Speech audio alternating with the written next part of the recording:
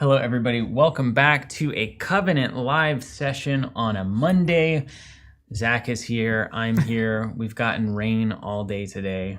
Beautiful. It's a beautiful vibe. What we're going to be talking about today is the shutdown of, what was it called? Pixleborn, which is a online client dedicated to playing Lorcana, fan developed and fan run. Lorcana being the Disney trading card game.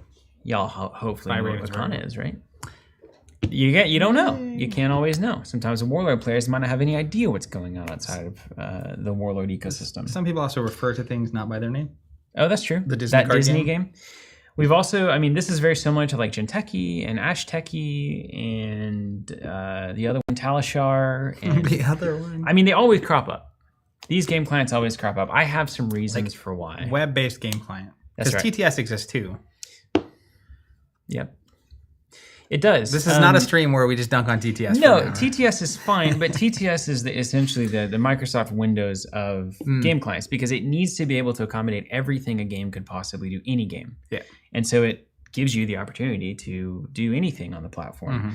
Whereas a dedicated client that is specifically built for Flesh and Blood or Ashes or Netrunner only has to do the things that game needs to do, so it can be way lighter. And most of the time, they actually program in the interactions. That's where a lot of the heavy lift and the dedication and the time goes. I was when I was going wild on Talishar for a while testing for a FAB event, I was in their Discord and I would report bugs because a new set had come out, which is why I was back on the Bolton train. Apparently, by the way, Pixleborn wasn't web-based, it was a downloadable client. And this is from Drew Dallas, who I believe was the developer of Card Game DB back in the day. Hey, what's up, Drew? Just putting that out there. You can correct me if I'm wrong. Another fan I got the Mugatu thing, avatar there. Fan run thing that happened. Yeah. And there's a lot of these resources, these fan run resources, but I was in the Ashteki, the other one, Talishar. I was in the bug report section, and like there are things coming in that channel, particularly after a new set, like every few minutes, almost every 30 minutes at least, of this interaction. When I played this card and these two things were happening and your armor was supposed to go on the chain, but it didn't, they're trying to program all of that, programmatically make that happen. So there's a tremendous amount of time that goes in from fans on these pieces of software, if you will. And there's this weird tension/conflict gray space where it's like, on the one hand, all of the design of the game and the art of the game is given away for free. So a publisher spends all of this time and energy and resources, and if you don't ever want to give them any cash, you can enjoy the fruits of that labor. So that's obviously that's a question mark, right? Should you be able to play Netrunner for free forever? And is that good for the team at Netrunner or not? Same thing with Jinteki and Pixleborn and any of the other things. Other arguments are like, I don't have a local space to play. I'm trying to keep my interest in the game high. I want to test and go to a local store. I want to learn the game and not feel overwhelmed when I go play it for the first time. I want to test decks way faster than I can with my local community. I want to connect with people across time and space. Is there any other way to do that aside from a digital client? And publisher is sitting here like, we don't want to spend all of the money to maintain a digital client that is incentivizing people using our products in a non-paid way. And I think that's a really good web to wrap around something and then to untangle through the process of conversation, Zach. And I hope we can do that today with your input as well. We're just going to solve it. It's important to know, there's a cool comment, a good comment came in from Alan the Kraken. Can you pop that up real quick? Got it. Which is Wait, no, I don't got it. Well, it was up there. She was gone before she arrived. It's important to point out Ravensburger is who makes Lorcana, correct? Not Disney. Disney is enforcing copyright against the community for using Disney assets. Fascinating. Publisher's not doing it, but Disney is Disney. Presumably, maybe they are involved, maybe they're not. But it is, Disney is, or I guess Mickey Mouse is Disney's IP. Yeah. Similarly. Or is it anymore? Didn't they go public and on public domain and all that? I don't know. Anyways, so that's just an important point of clarity. And there's other examples too of the pragmatic / utilitarian use of these kind of systems. Lorcana, chief among them, sold out immediately. It was impossible to get. Right. So what am I going to do? having a client means that people can play the game, try it, explore it, even if they don't have access to product while you're waiting on would-be reprint to show up. I have a lot of practical example, sort of on topic with Flesh and Blood. So we're planning on playing this. I was gonna say, let's get to that real quick. So what we're gonna do after we cover the news, we're gonna play Flesh and Blood, the Blitz decks. I have not experienced Part the Mistveil at all. I want to shout out Loose Leaf Tea again too, because you had the trip of your life. That was a great decision. You did a great job there. Yeah, really good. No FOMO at all from anyone else or jealousy. We're gonna play some the Blitz decks, and then we're also gonna dive into Warlord. You got the extra Warlord you needed. That's right. To actually make the decks function. How do you say that? Sanganel. Man, I need to move these a little bit. So pardon my reach. My personal experience / player experience with digital platforms, right? I will just come out and say it. I do not like TTS. Right. It's cumbersome. It's unintuitive. You have to have a special computer just to have it boot, and not like even mine is like a decent computer, but within 20 seconds of that, and you also have Steam up. Then you got to find the right mod. It's like ridiculous. You're such an Apple guy, dude. Yeah, it's crazy. But literally within 30 seconds of all these things Where's going, my C drive? My computer's going. Oh, and it's like, whoa, Nelly, what's going on here? Anyways, and I get it. It is very powerful, and it very much feels like a digital way to do physical things. Whereas something like Talishar, which I have a little bit of experience with, is a effectively digital card game version of FAB. You play the attack. It asks you to pitch if you need to pitch. It's calculating the numbers. I never have to track my tunic counter. If you're on TTS, you have to mouse over the die on top of your tunic and switch it to 2 and then to 3, and then remove it when it's time to spend it, and all these things. So there's different types of these things, but I will just say, for Flesh and Blood specifically, which was a game I got deeper into probably than any game I've ever played. Prior to Flesh and Blood, I didn't really play games online. Like Star Wars Destiny, Star Wars LCG, you go back. One, I guess, other example, we used to play a decent amount of Monster Apocalypse. We played on Vassal. Yeah. And that was yet another example of, that was a small community. And so having that online resource was a really valuable thing so that you could play it at all. Yeah. With anybody. We'd have people watching too. Yeah. People watching a game on Vassal. So there's a couple questions I have that I think would be worth answering. The first one is just a philosophical approach to, our community created clients to play these games digitally a net positive or negative? Regardless of proprietary and rights and all that stuff. But what's the belief around that? And I'd be curious to get your take, and we each have our thing. Yeah, man, I've got a couple of things to say about that. The second one, just to give us a little outline here, is from a legal rights standpoint. Obviously, if you create things and people are using them digitally. So it's a little murky because are they making money on it? Technically. And where should the bounds be on what you should be able to do? And also, what do you think the smart thing for publishers to do in those instances actually are? Anyways, those are the two most pressing things for me that I'm curious about. Yeah, okay. So I'll address the first thing head on, right? Is it net positive for a digital client to be playable by players of games? Particularly, I would say, the kinds of games that we find ourselves in. Magic is obviously extremely popular with a native digital client for Arena or whatever it's called. MTGO was one, and then Arena was How do people one. sling spells these days? Yeah, and then there were Spell Slingers, which Lucas was involved in. I think that... Did I go in the tank? John, did you still play them? I haven't played it in a while. You think it still exists? Also, is your mic still plugged in? We may have redone it based on your... Let me just... I need that John cam in my life. Based on anything. Hello. I don't see your face. Give me the face. I don't see your face. Is here. There it is. Yeah. But my mic, while plugged in... Well, we changed. I think it's the little volume knob on the side of the roll-in. You want to know how you know the guys on screen are getting old? This is it. Hey, you know what? But that's our target audience. We're all getting old people? and not capable of getting... I'll be honest. Technology is well anymore. Nothing against everyone out there watching, but if our audience was actually like 60 plus, and that was the entirety of the audience, I would love that immensely. Well, it's always skewed. Boomers, us, as they were, that are not my parents, are some of my favorite people. Yeah. And I love my parents too, but that's like a personal thing. It's a little different. Like when I went to your dad, Uh-huh. I don't have any of the you raised me and all these things were the way that they were. That's true. But I'm just fascinated by him. Same with like He's a fascinating dude. he is. Yeah, And I don't know, is that his age or is that just him? But your mom is also just as fascinating. I think it has a lot to do with my father's Proclivities. everything. Yeah. Anyways, back to you.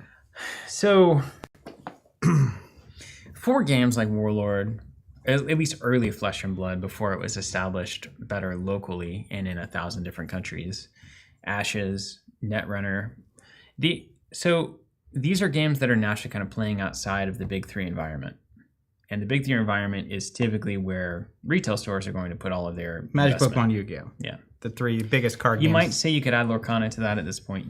And then Star Wars Unlimited is under that to me. And then under that is probably FAB. And I would that whole thing. assume like Star Wars Unlimited, FAB, Lorcana, maybe even some of the ones that we just totally don't know anything about, like All the One anime Piece stuff, or that yeah. sort of stuff, The anime games. is in this like you're not super small. You have to find a store that does it, though. 100%. You can assume you'll find a store that does the big three no matter where you are. I think you could be in basically any city of more than 15, 20,000 people. Mm-hmm. 99% of them will have somewhere to play Magic. Magic, definitely Pokemon. Yeah. Probably. Well, I mean, Yu-Gi-Oh! Is probably the lowest end. you of can that. buy Pokemon at Walmart and Target, and like Well, it's yeah. crazy. Sure. So outside of the framework where you're guaranteed to be able to go actually play with the cards that you have. Spellslinger's touchdown tomorrow. Oh, wow. R.I.P. Lucas. Sorry, man. He's moved on, though. No longer at Wizards. He's at the Ravensburger. I think he is at Ravensburger, yeah. I like pronouncing things wrong just to see if Steven will correct me. So my wife can't help it. Mm-hmm. Like I was actually making the point that she can't help it. Mm-hmm. And then I made a statement about removing the goaler. And she was like, goalie. And I was like, I know what a goalie is. I was testing you. And she's like, drat, I fell for it immediately. Anyway, sorry, go ahead. Yeah, that's why we're not married, I guess. I don't need to correct you. Yeah, I needed to find someone that needed that. I think it's critical to be able to satisfy the energy that you have whenever you really want to engage with a game. A good example of this, man, like I think this is probably true for a great many people who play, and I would call these kind of the independent TCGs. Sometimes it just gets you, it hooks you. And it's like, I want to build this deck. I found a card that I really love, found a hero I love, something released or happened that makes me really want to get involved. I build the deck in a deck builder, and then it's like, okay, now what? Test draw. Yeah, so now it's test draws. It's like, I have so much energy and excitement around this thing. And my belief is that if I can't put that anywhere, and that means if I don't have a local community, or if I have to wait 6 months for the next big event that I travel to, it's much more likely that I lose interest and kind of focus on the things that I can actually do rather than the things that I can theoretically do. So in that way, a digital client serves a very important purpose in that, you know, when I got really into Bolton in FAB, I was able to jam like 300 games in a couple of weeks. And when I got really into Netrunner and I was going to go to Worlds and play this wizard deck or whatever, I laid in bed and played on Jinteki for like weeks. Every time, like it would be like done with work and all that. It's like time for some Jinteki. Yeah. I mean, it is a card game we support. I think I was still working the store at that point. Maybe. One of my big things is, and I've said this 1,000 times, is that I'm one of the people that doesn't like to learn stuff in front of other people. Mm-hmm.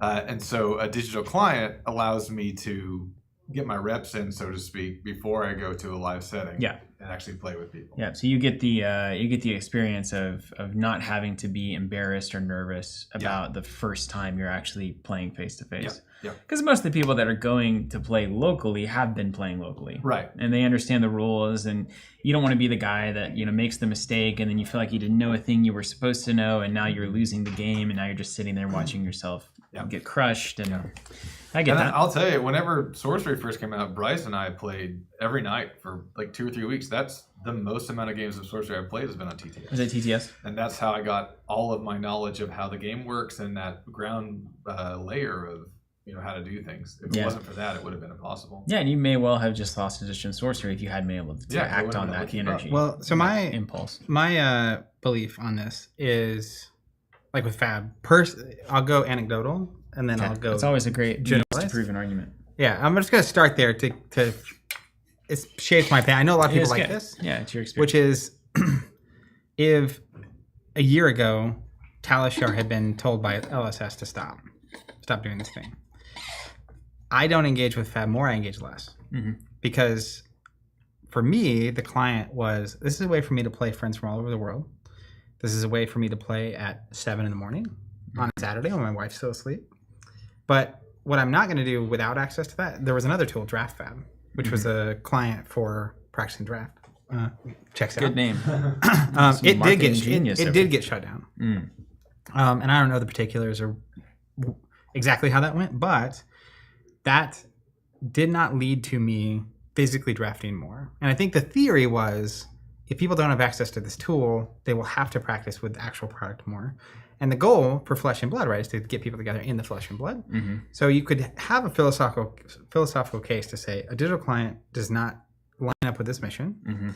And by removing the digital client, some number of the people currently scratching this itch or enjoying this hobby digitally will instead have to pivot that energy and resources to playing physically. Yeah. For me personally, the closest store that has Fab is like 30, 40 minutes. They don't have it on days or times that make sense for me. And in particular, it's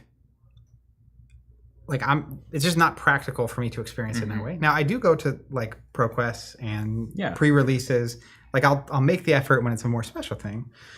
But I think if I hadn't had these tools, that my ability to engage would have eventually slowed down, because that would be like a barrier to entry. So I think the net effect of digital tools on card game participation, even physically, is positive. You think it's higher? But I do think some percentage of people are engaging less physically because these things exist. So the question is, for me, if I had to guess, let's say there's 10% of the people playing online that would engage physically more. I think there's 20 to 40% of the people engaging online that maybe never engage with the game, or would definitely stop engaging way sooner. But they still go to callings or pro tours or pro quests or pre-releases or special tournaments, or they go once a month, or they play at the kitchen table or whatever it is. So I think the effect is net positive. Yeah. And so for me, it's like, I think it's crazy when a publisher particularly shuts these kind of things down. It also is tied to a fundamental, I would way rather play Fab in person. Even though the majority of Fab that I have played has not been in person. Right. I think that's the case for most. Yeah. Because playing with physical cards in person with someone else is like so much, it's like not even close. But I can't play in person most of the time at 7 a.m. on a Saturday, or at 11 p.m. on a Saturday, same thing. And so I think it's a net positive. I also think it's crazy to shut it down if you're a publisher and you're not going to offer some sort of solution. Yeah, but what about this though? Like, why? Also, this stream is brought to us by our friends at Clean Canteen. And an alternative water bottle for all your alternative water needs. Just a reminder, Last Jedi, one of the greatest Star Wars movies of all time. Thank you very much. Not doing TED it. Talk over. I'm not taking the bait. I'm not doing it. My Last Jedi cut came up on Discord this week. It and sure did. I forgot it even existed. And then Matt was pinging and he was like, I'm about to watch your Last Jedi. I was like, what? Anyways. Yeah, it has the key word for that movie, which is cut. Anything removed is better. Here's the other thing though, Zach. You've got all the artists, you've got all the designers, you've got an entire people pouring their hearts into something that has a tremendous amount of value. Otherwise, people wouldn't be playing hundreds, if not thousands of games every day on a client like Talishar or whatever. What is the impact of $10 a month to use the software? Free trial for 30 days. What's the impact of that? What's the impact? It doesn't change anything for me. Do you think the same amount of people are playing on Talishar? Do you think the free riders, if you will, the people who are never going to buy cards, are removed? So this is like Talishar charging? Let's say Talishar. Let's say LSS goes to Talishar and says, hey, listen, we want to link into we want an API into your system. We want to have a database of people who have paid us $10 a month. We're going to run the subscription software for this, and we're going to send that over to you, and you're going to validate these accounts so that when somebody tries to log in, if it's not on our validated and paying active account list, they're going to be encouraged to sign up. I think there is an impact, but I don't think it is significant. Like significant enough. Let's even say it's 20%. People just removed. The people that wouldn't have tried a game if they didn't have access otherwise, if there was a trial, they still get that. Yeah. The people that really want to engage with it, I think do. Like, it reminds me of early days of Netflix. I remember it was like $6 or something. Yeah. And we would have conversations. It's like, they could raise that price to $20 and I would happily pay it because like it's worth so much more than $6 now that it is $20. I feel a little different. They've got a little competition now. But similarly, like, and that is one of the gaps here. And I was when I was heavily playing FAB, I was a Patreon of February because it's like the work here is I did the same thing. It's insane. Voluntarily. So I may be a bad source for this because I was paying when I didn't have to. So I don't know what that says. But I would guess that most of the benefit still is retained, except for now, at least in this case, the publisher is like directly benefiting from this thing. Right. Yeah. Which, do you think that is deserved? Like is it that the proper exchange between player who wants to play 500 sessions of the game that you've designed versus like player who wants to do that but can't because they don't want to pay $10 a month? Is that an acceptable trade-off in your mind?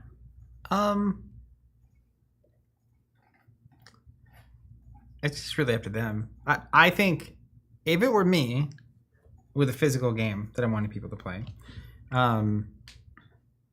it would be reasonable to introduce something like that you have to pay to get in the door, basically. But at the same time, even if you don't, I still think it's net positive. Like, I don't think they're selling less product because this has happened. I think they're directly financially benefiting from this tool existing. And in the Talishar case, I think the cost to build and maintain what they're doing would actually be like I don't even know how expensive that'd be. But it just, given, like you said, a new set comes out, previews happen, and it's like a month of development straight happening to make this happen. And then it's constantly these things going on. Yeah. So like that's what I think the logic for me is, like, if a community member is willing to do this, you're like all upside. Like it's crazy. I mean, how many people do you think are playing Talishar for free that will continue playing for free, would not pay $10 a month, and would not buy product? Like, what percentage of people engaging with it right now would not pay the monthly and would never buy product as well? Those are the free riders we're talking about. Yeah, but like, interestingly, like free riders, right? It's like, what's the cost of them? Yeah, I mean, it's borne by a community member building the thing. Yeah, bandwidth and server costs, and you know, because Talishar has gone down before because it was too busy. Yeah, and they have to pay for that. And so we also have this whole Talishar experience would be impossible without 50 plus people on LSS spending 2 months of their lives designing something worth engaging with digitally. And that has to be compensated somewhere in that system as well. Yeah, and that's a fair point that I wasn't even really parsing, which is the current setup with Talishar is very unfair to the people behind Talishar. No, it's crazy. But they're willing to do it, but like... Yeah, but that's where I came from. I think it's a net positive. It's a crazy amount of work. So the idea that a publisher would proactively shut this thing down is wild to me. Yeah. I mean, the belief would have to be that the people who would have been buying your packs are not doing that. And instead they're playing exclusively on Talishar. I think that's the reason to make the decision. I just don't agree that is what's real. Or you could say there's an opportunity here where there's enough people willing to pay to play digitally that we can increase the profitability based on the work that we're putting into the set design. And so it's like, yeah, maybe we can't sell as many packs, but we definitely see an opportunity here where people are finding a lot of value in this system. Yeah. So why are we allowing value in the cards that we're creating to exist without any kind of compensation back to the publisher? Yeah, I think it kind of reminds me of, and we've wrestled with this in a different venue. Got myself with the pun. Wow. I punned before I knew it was happening. But I just snuck up on you there. In a different venue, which is in 2.0, where we have this space And then, we were very fortunate. Our max capacity there was 72 people, 70 seats at the tables we had. And towards the end, right before the pandemic, that last couple of years, we were routinely at like 50 to 70 people, pretty much every night, just like full house situation. But then you look across the 70 people and it's like, well, 20 of them are members. The other 50 are technically using this for free. We have beer on tap. They might buy products. They might do all this stuff, but we're providing this thing to them for free. And so there is a reality, you talk about the freeloaders on Talishar, and it's like, well, there's still value in the fact that you can go on night and day and get a game of FAB. And that's beneficial for people who are buying product. Yes. So even if you need volume. Even if you're a freeloader and you're just playing on Talishar and borrowing a friend's cards, hypothetically, and then Michael. But you being there when I show up to play and having someone to play against, similar with 2.0, where it's like, you're not paying anything to be here, but if there's two people hanging out playing a board game, one's a member, one's not, and I show up, them being there to play that game with is immensely valuable to building a community. And then as the store, we eventually, home of the long sell, net from that community being healthy and people being engaged in it, because at some point there will be a product or an event, or we had the code names night, or whatever it is. 10 years later. Sometimes it's never. We know that for sure. But the other part is like, well, the alternative is make people pay to get in. Have 50 of those people. I mean, how many of those 50 don't come in anymore if they have to pay? Yeah, good question. And it's a similar thing. Yeah, we don't know. We might know soon. Sooner than later. But the reality of when it comes to, if you're going to build this client, I do think it's appropriate and fair if someone's going to bear that cost, that they are adequately compensated for that effort. Yeah, but then they can't be. Sure. But if you're willing to do it because you want to do this and this is a service to the community you want to do and it's not profitable, by all means. Like there are saints in every community ever who give more than they take forever. I do think they should have a way to make that sustainable, right? It would be nice if they actually had enough money to pay developers full time to do this thing. But the other piece of this is, as a publisher of this thing, it's just the fundies of it. In my mind, it's a net positive. Like, yes, there are going to be people that maybe never physically engage with your game, but if your game is good and it's worth playing in person, and people are opting to play on Talishar over in person and never buying cards, in industry-wise, I think we have a much bigger problem than if the other case is true. Yeah, sure. But, if that is the problem, then why spend all this time designing physical cards, etc.? Why not just have a digital game? I know if that's where the majority of people are wanting to / capable of doing. I mean, there may be more games played on Talishar than there are in person. I wouldn't be surprised. I just don't know. I don't know. I mean, you can click the button, you always get a game instantly. And it's fast. I mean, you click a button and it loads again. Yeah, and so I see it's almost like, I mean, if you're a Dallas Cowboys fan, you're a big fan, of course. Always have been, always will be. I broke up with the Cowboys, and that's been almost a decade ago. Feels recent still. Yeah. Broke up. Yeah.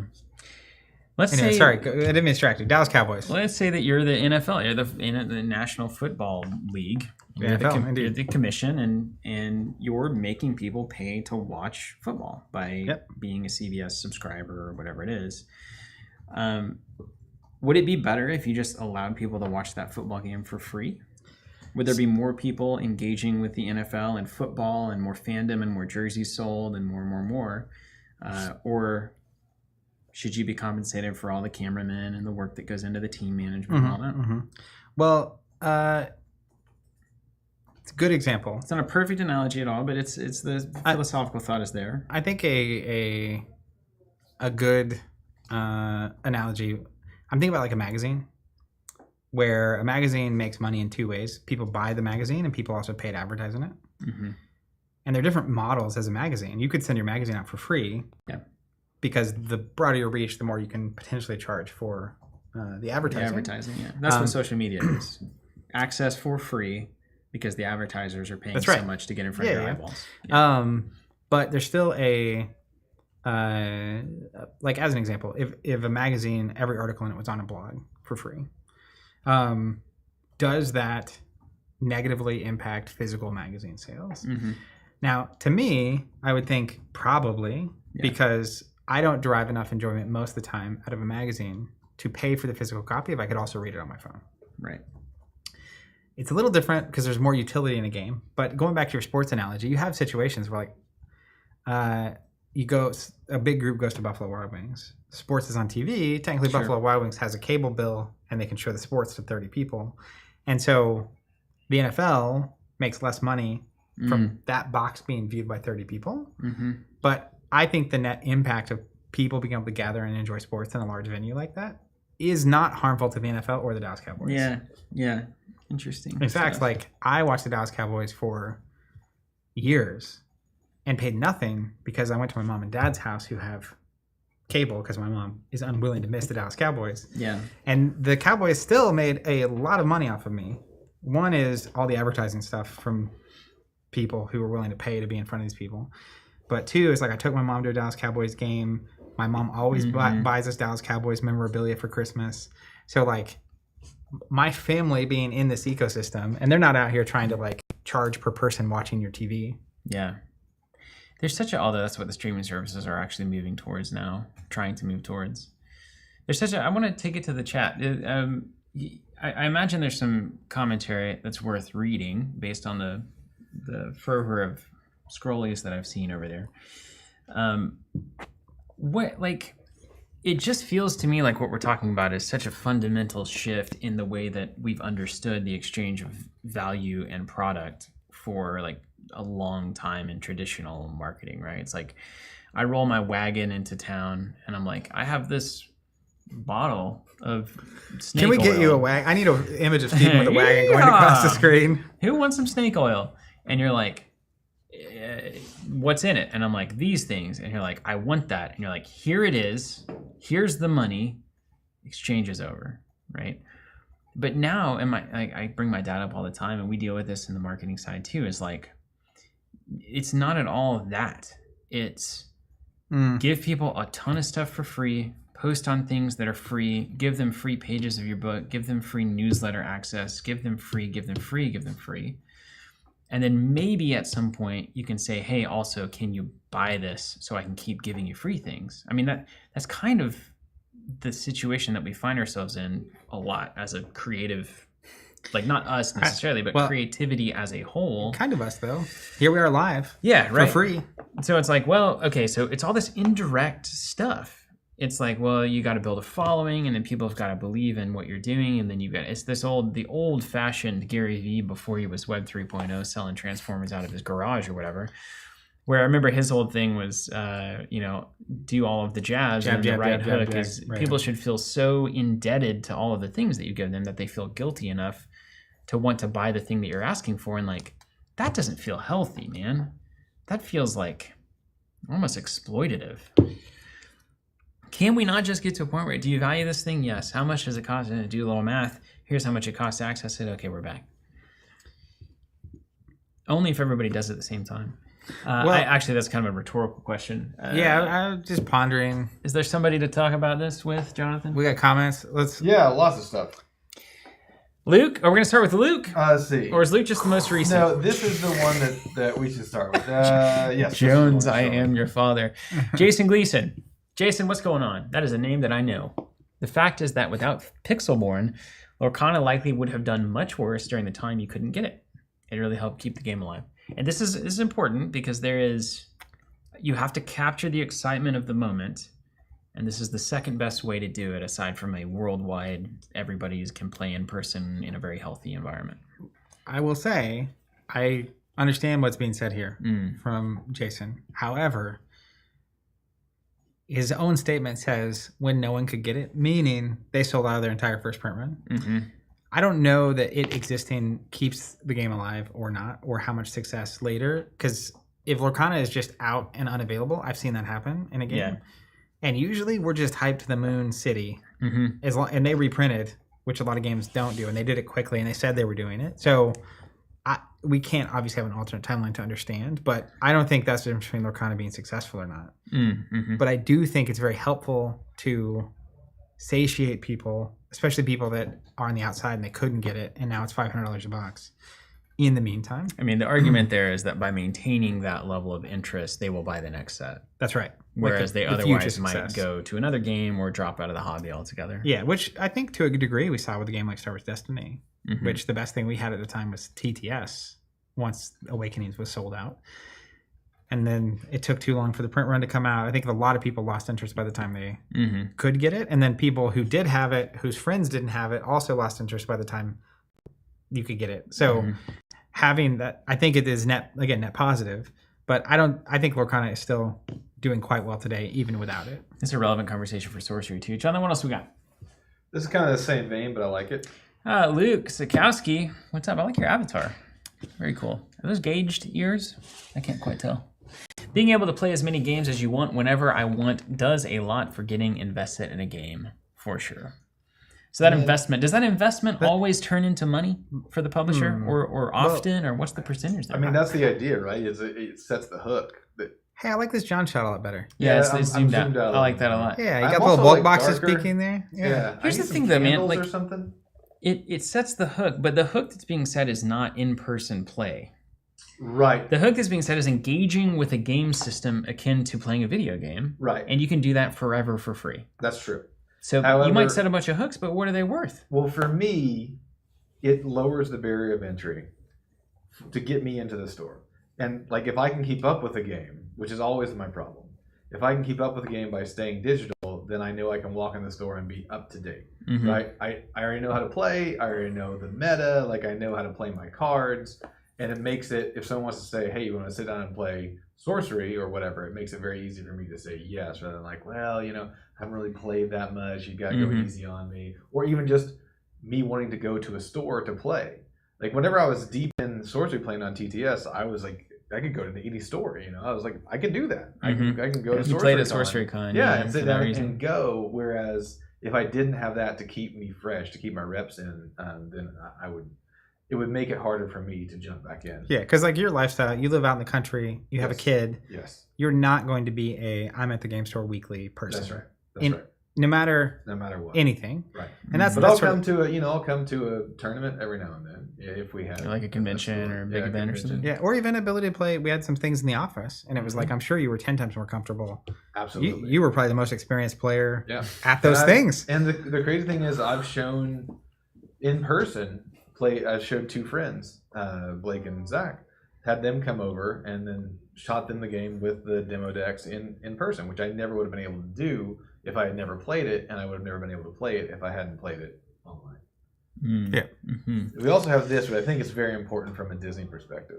Francisco Contel Martins. What's up, Francisco? That's a very professional avatar. That looks like somebody who's going to be worth hiring on LinkedIn right there. Very good looking.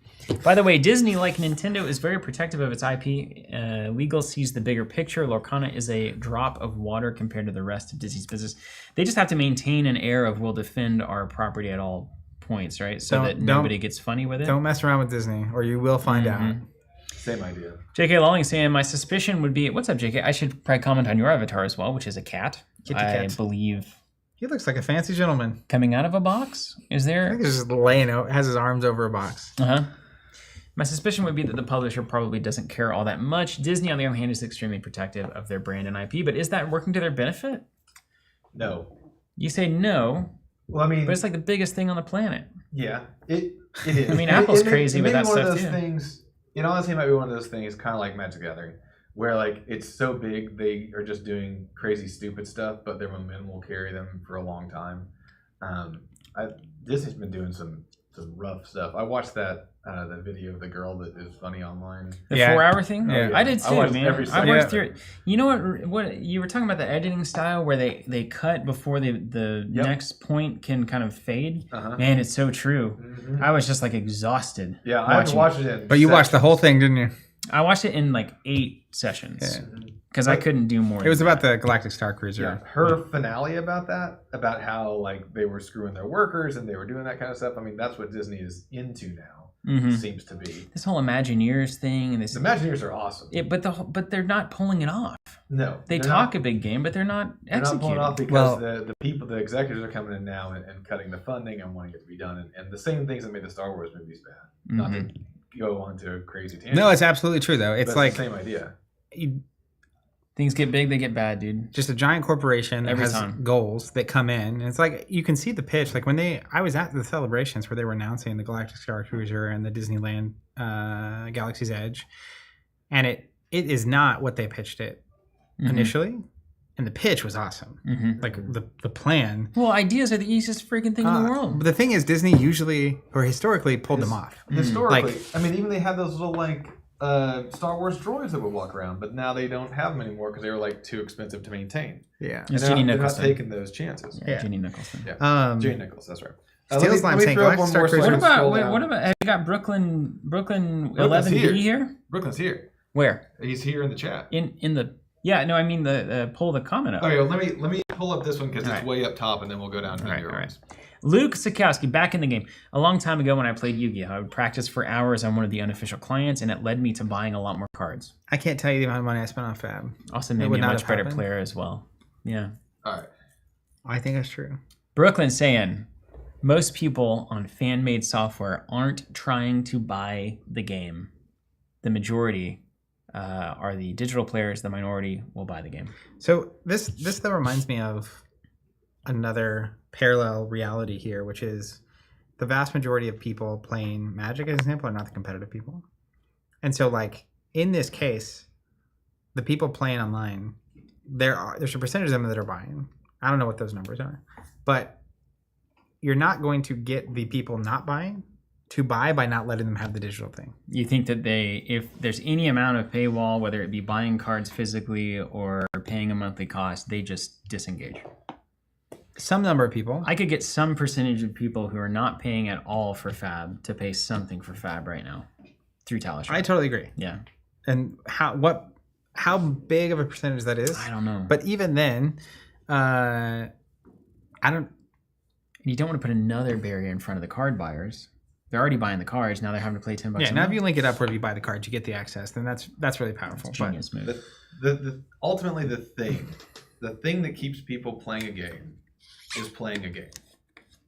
Yeah. And so even if you have a majority, like Brooklyn's saying, a majority of people who aren't buying the product, they're sitting there allowing the people who are buying the product to continue to play the game that they love to buy more yeah, product. that's what I was saying. It's like Yeah. So Be that able to- you don't see any you guys don't see any downside to this. I don't see any doubt. So I definitely think there are people engaging in games less often physically because these tools exist. Okay. What about buying product? I don't think it's a significant percentages though. Mm-hmm. I also think I think it's a net positive on product sales. Net positive on product sales. Strictly. Straight up. Strictly. Okay. I do not believe less product gets sold because these things exist. Is it a net positive on profitability?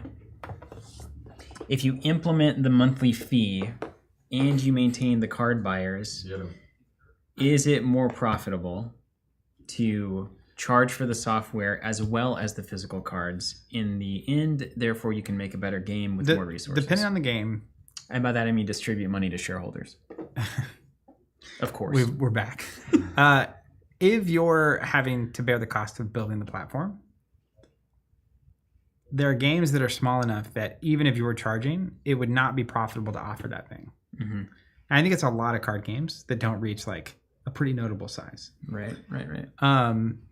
However, there are also games that if they bore the cost to build the thing and charge for it, I think it would be a net profit increase, even compared to community-based client for free that they don't have to develop. Mm-hmm.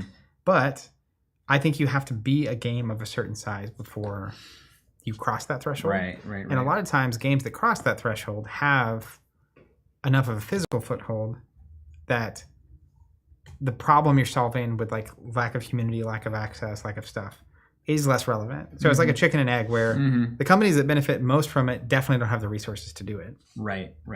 And the companies that do have the resources to do it, I mean, look at Magic. Why do they have a digital platform? Yeah.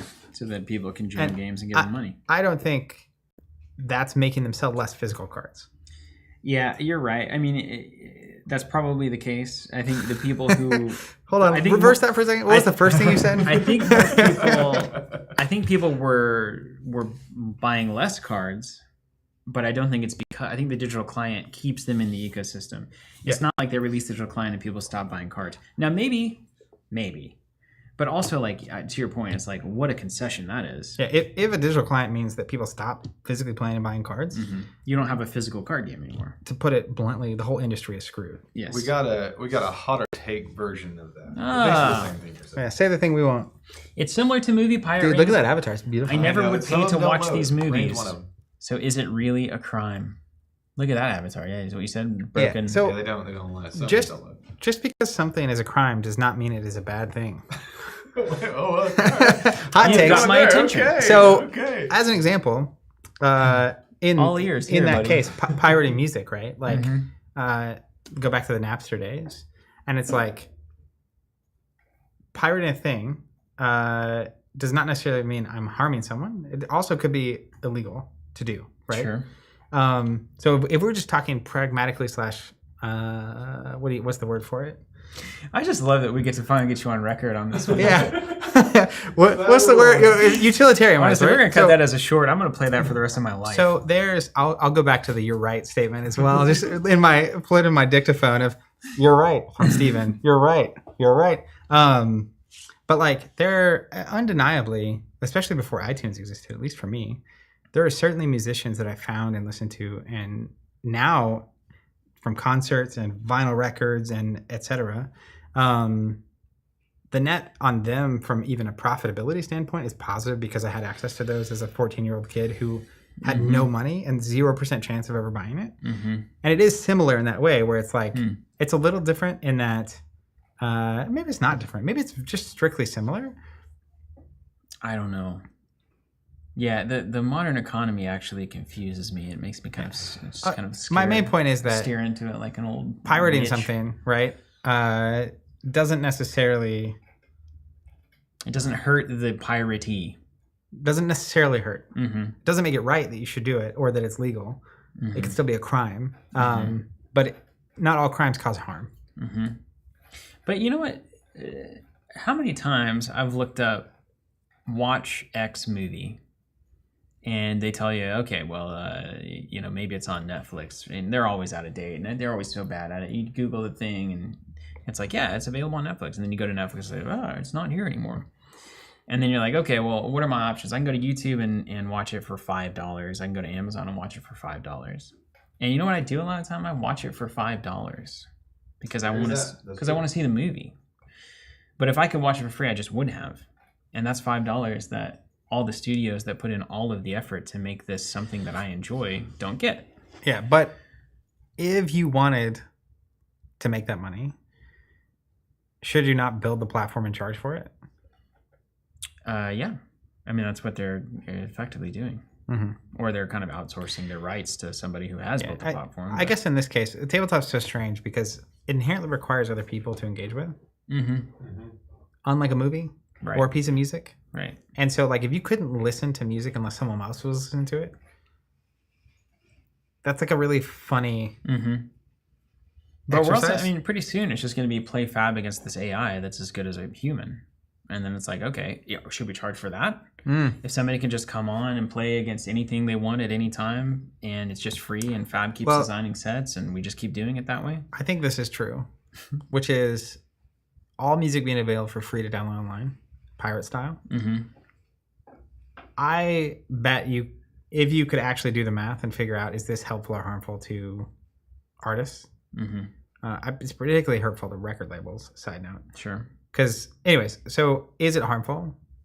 I might be convinced that it is net harm, even in terms of their own financial upside, profitability, sustainability, etc. People getting paid for their work. Whereas, going back to my earlier belief, I don't think a digital client being available for a card game. I think it actually generates more profit for the publisher. So it's not pirating. If there were an equivalent, it would almost be like if people could get cards, print cards at home for free, Which they can.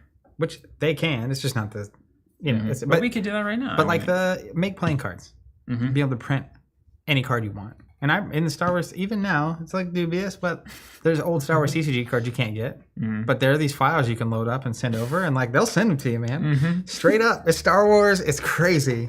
I have not done that. Well, it's crazy that in Ancients and Alliance in Warlord they allow proxies. And in the Cordlands, you make a deck and push a button, and it's like, here's your print file. Yeah. That's great. Yeah. I see right now on our Discord more people playing than would. If they could. But like they can't keep playing if they don't get enough money to make sets. That is true. But it's like a faith-based business. I think our generation realizes that by and large. I don't know, man. That's pretty hopeful. I think people will take for free what they don't have to pay for indefinitely. Now you say, okay, if you want to play in a tournament, if you want to play in a tournament setting, you've got to have the official cards. Well, the gap between official cards and printed cards is just going to get narrower and narrower. The printing presses are going to get more accurate to individuals rather than publishers. And pretty soon, how do you know? I mean, we can implement barcodes and stuff that the judge has to look up and see if it's there, but like obnoxious. But it's possible we get to that hellscape. But this is kind of the free art, like all design, all art, everyone that people produce with a passion from their heart should just be free, because why should we pay for that as compared to the doctor who's going to fix my leg? Like, to me, it's almost akin to there should be no pictures online of the Mona Lisa. If you want to see the Mona Lisa, you have to physically go see it. You know what? I would love that. I would too. I would love it. I also understand kind of I'm not gonna say okay, I'll say it. The ridiculousness of that, where it's like, yeah, it's impossible to police. It's just, and now you can police people building a platform. It's a little easier because there's a centralized piece there. You kind of can, but the Pirate Bay is still up. Yeah, but like I think physically printing counterfeit cards is way more akin to pirating than playing online. But why? Like again. Why is it a problem there but not a problem digitally?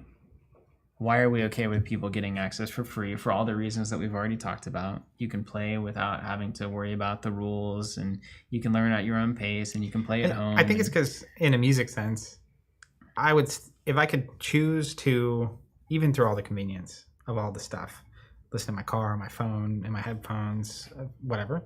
If I could choose to go hear that being performed by the artist in person, that's still better. That, like, I would still rather do that. That said, another piece of this to challenge something you said earlier with the piracy, you can listen to almost all music for free, and yet except Garth Brooks. Yeah, he's held strong on that. Yeah, you cannot listen to Garth Brooks online. Yeah. Incredible, right? Is that true? Yes, it's 100% true. I dare you to try to pull up Friends in Low Places. On YouTube, on Spotify, there's nothing. It's gone, man. You can't even download it. You have to go to the deep web to download Garth Brooks music. But like, you can go on YouTube right now and listen to almost any song that is on, whether you pay Spotify or Apple or whoever.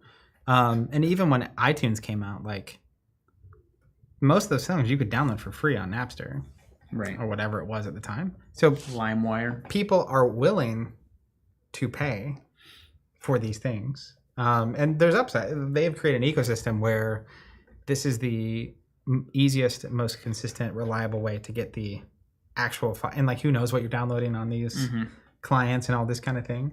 And they also created a whole new model between them and Spotify, although there's a lot of question marks on that, where people pay X dollars a month and have access to it. Because the reality is, like, well, like you said, with the free, it's like all these artists put all their stuff on YouTube anyway. Right. So you're just making it convenient for people to access this thing that you're already creating. Yeah. And then in the end, if it is actually, that's the thing to me, I think it's a net positive to the size of the community, to the engagement, and to the product sales. So just practically speaking, if someone's willing to go to the effort of creating this thing, and it's a net positive to you. Yeah, fine. Yeah, fine. I ultimately agree I mean, I think it is a net positive in the specific game client thing, but man, it also just continues to collide. There we go. Bad Sensei. Garth Brooks is exclusive to Amazon Music. And how much does it cost to buy a Garth Brooks song? More than zero. More than zero. One of the greatest artists of all time. His songs are worth paying for. Oh my gosh, what an incredible artist. Oklahoma guy. I was why was that? Oh, I was going on in fact, it ties back to the Dallas Cowboy point. my mom and I were going to a Dallas Cowboys game, so I was going to download Garth Brooks. Keep that comment ready. I'll come back to it. I was going to download Garth Brooks so we could listen to it in the car because she loves Garth Brooks too, of course. And I couldn't. That was the first time I ran into that. It was like 7 or 8 years ago. Yeah. And it's just like, huh.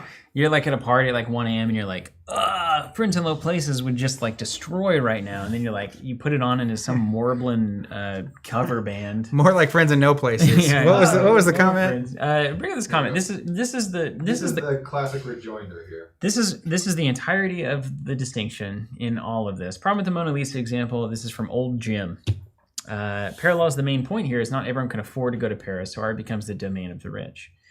And I think anytime you're dealing with paying for something, you're excluding people because they can't or they don't want to. Now, the question though is what is on the other side of that argument when you make everything free? Is you're saying that art is not valuable enough to pay for. I shouldn't trade my resources for somebody's creative expressions. You really skew the creative process towards marketing and discoverability aside from creation and passion and following your own perspective. We saw that in Death of the Follower that Jack did there, where it's like being an artist now is trying to work an algorithm in your favor. Mm-hmm. It has nothing to do, very little to do with what you actually want to create. I hate that. Because nobody will pay for it. You have to get discovered through 20 free things to maybe have a shot at somebody maybe booking you for some kind of show. And the only thing you can make money on is actually people coming in to see you physically. Why do we think Taylor Swift's investing in all the Eras Tour stuff and doing these big shows and they cost all this money? Why do we see artists investing in vinyl and physical products that you have to buy, limited editions, t-shirts, merch? It's the only way they can make money anymore. And like, is that the world that we want to live in where like, we're subsidizing the actual creative act by buying a t-shirt? I mean, it's fascinating though, because on the one hand, I'm with you. The secondary point there. Yeah, that's enough. Yeah. Moving on. The secondary point though is there are people that had these things not existed. There's a 0% chance I ever would have found them. Mm-hmm. Like there's music I listen to that if it hadn't been that way, if I hadn't seen the tweet or the Instagram thing or the whatever, I wouldn't ever have engaged. Mm-hmm. Maybe that's okay. But that's what DJs are for. That they maybe went that's away. The real argument. That was their deal. There were people involved in every aspect of the chain. There were people who discovered the cool stuff because they were hip, and then they shared it with everybody, and that's how it worked. And then they got rid of everybody who knew anything. Like I'm talking about the radio example, and they made everything available for everyone. Top 40 freaking clear channel BS. And they thought, getting rid of the gatekeepers, and I was with that crowd would be a great thing. But ultimately, what it did is that it just made the robots our gatekeepers, and that's not cool. Tons of noise. I want to hear you finish that thought, and then Jonathan, I have something to tell you that you'll love. All right. You were interrupted. It was like a. Brooklyn's also got a great comment that I'm going to pop up here. The main thing is that. It's maybe a similar argument to the online gameplay is if, let's say, 1,000 people hear your music that would never have heard it before because of these free things that you're doing, these tools, and 20% of those buy a t-shirt. Would you rather it be that they create music that no one ever hears or make zero money off of it? Or them having access to those 1,000 people, of which 200 will buy a shirt, and 1,000 people have now heard this thing that someone created. Well, it's only nobody ever hears it because they've dollar menued themselves. Like that did not exist until everyone collectively raced to the bottom on all of our stuff is worthless because we want people to listen. But that is reality. That is where we are now. But it's the hero's journey, man. Yeah, I'm with you on it. It's the cycle. It's the same old cycle, right? So what happens, right? What happens? You have the build up where you have the gatekeepers, and it starts out really great. Mm-hmm. They're going to like give you the best of the best. They're going to review the movies. They're going to review the music. They have a good head on their shoulders. The record labels are going to choose the artists that are worth listening to. It's going to be a really great filtration mechanism so that whenever you buy a record from this record label, you know it's going to be high quality because there's so much noise that it's nice to have somebody that can cut through it. Great role in society for that. then they get stale, they get set in their ways, they get unopened to new ideas, they start to get more and more driven by profit and money, everything gets big and it sucks. So that continues to happen. And then all of a sudden you have all of these artists that are incredible that aren't getting a shot because now they're crystallized in their form. They have become the tyrant. Jonathan, thank you for that. And rather than sacrificing themselves as they must do, we basically go right down to the bottom and say democratize everything, democratization of the universe, all art, all everything, even the things, and I'll say it, it's a little bit controversial, but even going to fully democratic primaries in the American political system, which used to be the party in each state would get together and they would select the best candidate from their talent pool. Now suddenly everyone gets a take on the candidate that they're going to bring up. That has a consequence. That has effects on the quality of candidates that we're seeing and pushing people to extremes. And now you have to only appeal to the 20% base. So that democratization has downsides too. We always are hip, and I think in this country in particular, I think we love the idea of democracy and everybody having a vote and all of these things. Our founders didn't exactly, of course, and there's a long history of that. But even in music and all of these things, like we have this belief that if all this music is free, what everybody listens to and finds the most popular will succeed. It's a fully democratized, merit-based system. That is not at all how it works. Right. Some of the best artists in the world are not also good at YouTube. They're not good at Spotify. They can't hire somebody because they're not known This is like enough. that good games are easy thing we were talking about. Yeah, Making like a great game. yeah, exactly. There's some people who are fantastic at that, but awful at marketing and doing all that That's stuff. it. I mean, there's incredible game designers that will never get their game heard because democracy is saying you have to learn marketing, sales, e-commerce, etc. to have a shot at this. Instead of saying, hey, this person who's a game publisher finds your game at a convention and says, this is incredible. I'm going to handle all of that for you so that we can both be successful together. So there is downsides to the democratization stuff. Yep. And there's going to be this is kind of the grand revelation for me about the hero tyrant thing, is that there is no system that is going to be perfect forever. There's only a system that can be as close to perfect as you can get for the moment. If you try to hold on to that system as new things come to light, it's going to become the tyrant every single time. Yeah. And you can say, in the Wolfman Jack days, like, yes, the DJs were awesome.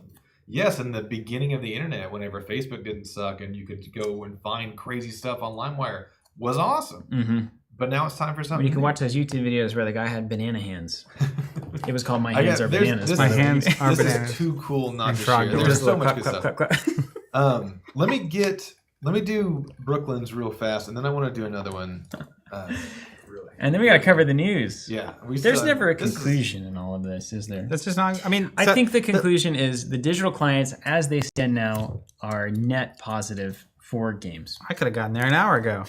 But I think to John's point, though, is that there is never a conclusion, and there always needs to be a continual refactoring and assessment, because it's the whole hero tyrant thing. Like, eventually the solution becomes the problem.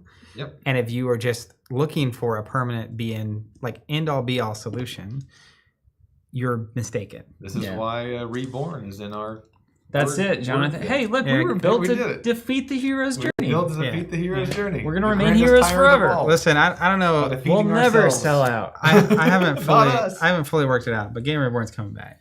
It's already back. I know. And I will say, if you are willing to offer in the $10 million+ range to buy this company, I will suggest that Zach take that. Did you see the? And I will go disappear into the woods and consider my job done. Did you see the Terrence comment about Covenant 4.0? Yeah, it's down here. What are you saying? Well, Hi, Terrence. Covenant 4.0, is that coming at you from an old for the low price? The 10 million plus. We're out of here. Old and tired and sell out. I'll tell you what. If we did sell out, as it were, and you went off to the woods, I think I would use my selloutness to do the most insane things imaginable inside a tabletop game. Really? Yeah, you'd have like a non-compete. You can do it for at least 5 years. Let's throw this around the infield for a second. Tweak 87. What if a game company only sold product at their events like concerts? You go to a con, play the game, buy the game. Only way to get the game is at the convention. Well, or digitally. Listen, you can play it digitally. You can go, and it's like a special thing if you see it in person. I'm all about chaos and new methods. But I will say this. Tabletop has this unique problem, which is you need other people to enjoy it with, or it's not worth anything. Yeah. Mm-hmm. So till the AIs. Restricting access, it would almost be like, well, what if there was a game you could only buy at the local game store? You can't, that's it. You can't make it happen. Or can you? Or can you? Or can you? But the You have reality, to control all of the stores. Good. Woo. So I think that'd be cool. Like, imagine if there was a collectible card game you can only buy at Gen Con. Mm-hmm. That was it. Every year, it's like there's more stuff, but it's so restrictive that I think the net in the long run would be negative. Maybe. I mean, also, you can't. I'm not saying it's impossible. Not everything can be for everybody. I'm just saying. I think that's one of the big things. You can't solve it for everybody. Yep. Ever. Yeah. If you want to make the Gen Con card game, maybe I do. Idea's free. Go for it. Maybe I'd love do. to see it. Buddy. Anyone have anything else to say? There's a lot to say. Let me see what we got here. Yeah, that's true. Any offers coming in? Yeah, well, Tierna says CTP did sell FFG, take the check, and created Ghost Galaxy. That's right. I don't know. You said he sold out. He had a lot of assets, That's a. I mean, he worth did. defining. He sold the thing that he owned. Yeah, I don't know. I think actually leaving is not selling out. That's what I'm like. You know what I mean? To It's me, like- selling out would have been sold it, either kept working there or just left. Yeah, I just watched it. Went on his yacht. Mm-hmm. But instead, he was like, "I'm going to take my success and do something else." Yeah. And knowing him, like, there's no way he's going to sit on the side. That's how I was. That's what I was saying. Is like, even in a sellout world, let's say someone walked in and offered an undeniable amount of money. I know the truth. It's almost like every time I've said, "All right, I'm not going to play competitive card games ever again." Like, I need a break and I'm out. Mm-hmm. Like, after Destiny, I was like, I don't know if I'll ever truly compete at a card game again. Yeah. And then along came Sally. And, man, I was right back in it. Harder than I'd ever been in it. So it's just undeniable. I will be here until these old bones are in the ground. I think we got to ride Zach's segue out of here. Yeah, I think that's a good idea. That's the only way we can Thank do you it. all for joining us. This is fantastic. More like that smash button and leave a comment if you're watching this later or even now. I don't know, can you leave comments on a live stream? Every like or is it a comment we get is like the stream. Another day that little Johnny gets to eat. Yeah, I'm paying attention. Or I've you got can it subscribe marked to on the the channel. calendar. Jonathan, what's the channel subscription growth looking like today? We're at 57,000, same as we were a week ago, So same as we were a flat month ago, same as we were 2 as the years ago. Oklahoma plains, my friend. We have the exact same amount of people leaving as joining. I've not It's seen not a- that not- number there's a move bump in maybe the for road. 8 years, 6 That years. is true crazy. sustainability. I think we found the audience. Yeah. And there is no more of them. This is good. 57 to 58,000. That's it. I want the people out there to know this because it's amazing. It's like really, truly uncanny. We can't move the line up or down. We stop posting for 3 months, line stays the same. Yeah. We post every day, line stays the same. Yeah, there's a special amount of 4-hour live streamers, or the people that are looking for that experience. Yeah. Well, of the 57,000, half of them are probably just not getting notifications and wish we covered X-Wing still. My theory is that when we post a lot, we lose all the people that like us only posting every 3 months, but we gain the people that like us posting a lot, and vice versa, and it always just evens out. But 58,000, What 57,000. does the algorithm say, though? Why are we wasting our time thinking about what we want to do? Jonathan, you should be thinking about what YouTube wants us to do. And then we should make 5-minute videos. They want us to make want us to really make loud, shorts. poppy 30-second videos. No, we're gonna get into shorts. I'm almost cleared up. Once I interview all these people, we're Just picture you jumping into some shorts. Why is this video not a 3-minute Disney canceling Pixleborn is a disaster ! With Mickey Mouse ripping a card I in could half. cut all the silences, all the slow talking and stuff. I can cut that out. I can make it as YouTube as it gets. Mm-hmm. I could do that. Please don't. And we could monetize our videos. Let's get to the news. Turn on the news, baby. All right. First up, Warlord Kickstarter. Oh, hold on. I was over here laughing. Telling me he's ready for the segue and then not ready at all. Jay Zilla, thank you for that comment. Yeah. 57K is the cult following. Now, if I know anything about cults, and I watched every cult documentary that has come across any streaming service for the past 10 years. You really are a cult guy. I love cults. Let's clip that. One thing that I've learned is there's a very particular point where things get weird. I know when that point is, and I will make sure that we do not cross that line. You know what? Please don't interrogate me further on that. Reading something about cults the other day. Mm-hmm. And one of the big differentiators is if the cult members are free to roam or they all live in a compound. Yeah. So as long as we don't have a compound, We don't know how to call. All right, hold You on. mean let me make a note. Let me strike that out of the 3.0 plan. The land upon which you're building all the houses? Yeah, we're kind of doing Well, that's that. a different compound. We would need the 57,000 people to come and. Oh, I see. Like So whenever we buy that apartment complex that's next to 3.0, and we can start having people live there permanently. Yeah, Then we can not get a little have more them, but Yeah, force we them. can force them. Yeah, like if they want to be a We part can of, invite them. if they want to be a part of the, Forcefully. you have to live here to come to the space and play and be a Yeah, part yeah. of it. because it's healthy. Yeah, because that's It's what the only people way do. we can guarantee It's a the standards community. are met and We that got a everybody community. can connect. Yeah. So we could just, on top of 3.0, build a high rise, Mhm. and that's where everyone can live. There you go. Mm-hmm. Yep. And then we'll really get into some weird stuff. All right, let's get to some more All right, we're ready. weird stuff. The news. going on with Warlord, eh? Warlord Kickstarter. What's our total at, John? Can you They're pull- almost at 500,000. Is it gone? Is it changed since last night when I did that? Brent's wanting the TC retirement home, which I don't think is culty. You can leave that whenever you want. 5,000 away. 5,000 from 500K? 5,000 from 500. Let's Come put it on. over the top right Zach, now. how you feeling, buddy? Let's How go. you feeling about that bet? I'm eyeballing where I'm going to buy some beer. I don't know. I'd love to see it happen. A lot of times these Kickstarters, the last couple of days, a lot of action happens. So we're not out of the race yet, and I do like being in the position of unlikely to win and then doing it anyway. That's like Right. Yeah, it's the Zach Bun That's methodology. the Zach Bun way. my favorite. You throw yourself under a car and then try to climb out. I'm not saying they should do this, but I'm just waiting for that 300K win Zach a bet pledge level to show up. And then there we go. it just takes one backer now. We're in. They introduced a 300,000 tier. Zach's like, maybe I should do it. Do you take deeds to houses? You like get a report from finance. It's like, we had an unexpected $300,000 expense. You're all being fired. Strange. It's unrelated to this. All just to not buy me a beer. Yeah. Amazing. Yeah. Anyways, so that campaign continues to go out. They revealed a bunch of stretch goals. J.K. Rowling's good. Yeah, that would definitely get some eyeballs. Ends in 3 days. Mm-hmm. So it ends on Thursday. We got a video Yeah. coming probably tomorrow or maybe the last day. Tomorrow. It's in the script.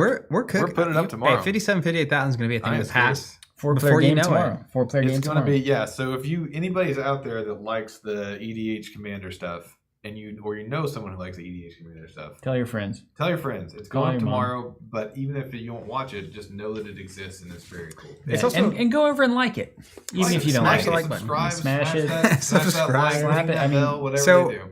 here's what I Whatever would say about the robots video tell you, seriously. You just do that. Is that even if you don't play Warlord, I would be curious to have you check it out and leave thoughts about it because it's a new content format we're doing. That's right. Which Yeah, is that's true. designed to be a little more story-driven narrative. Don't necessarily need to play the game to understand or enjoy the content. So I'd be curious to get takes on it. So if you're watching this, and it's definitely check out that video. What's going on over here? I'm just making a note. I need to find clever ways to get people to comment on our videos, which seems to be what you're doing right there. So I Yeah. appreciate that. Yeah, I'm glad I can be the little inspiration. marketing note. Hey, JK, rightly saying, go over to our Discord.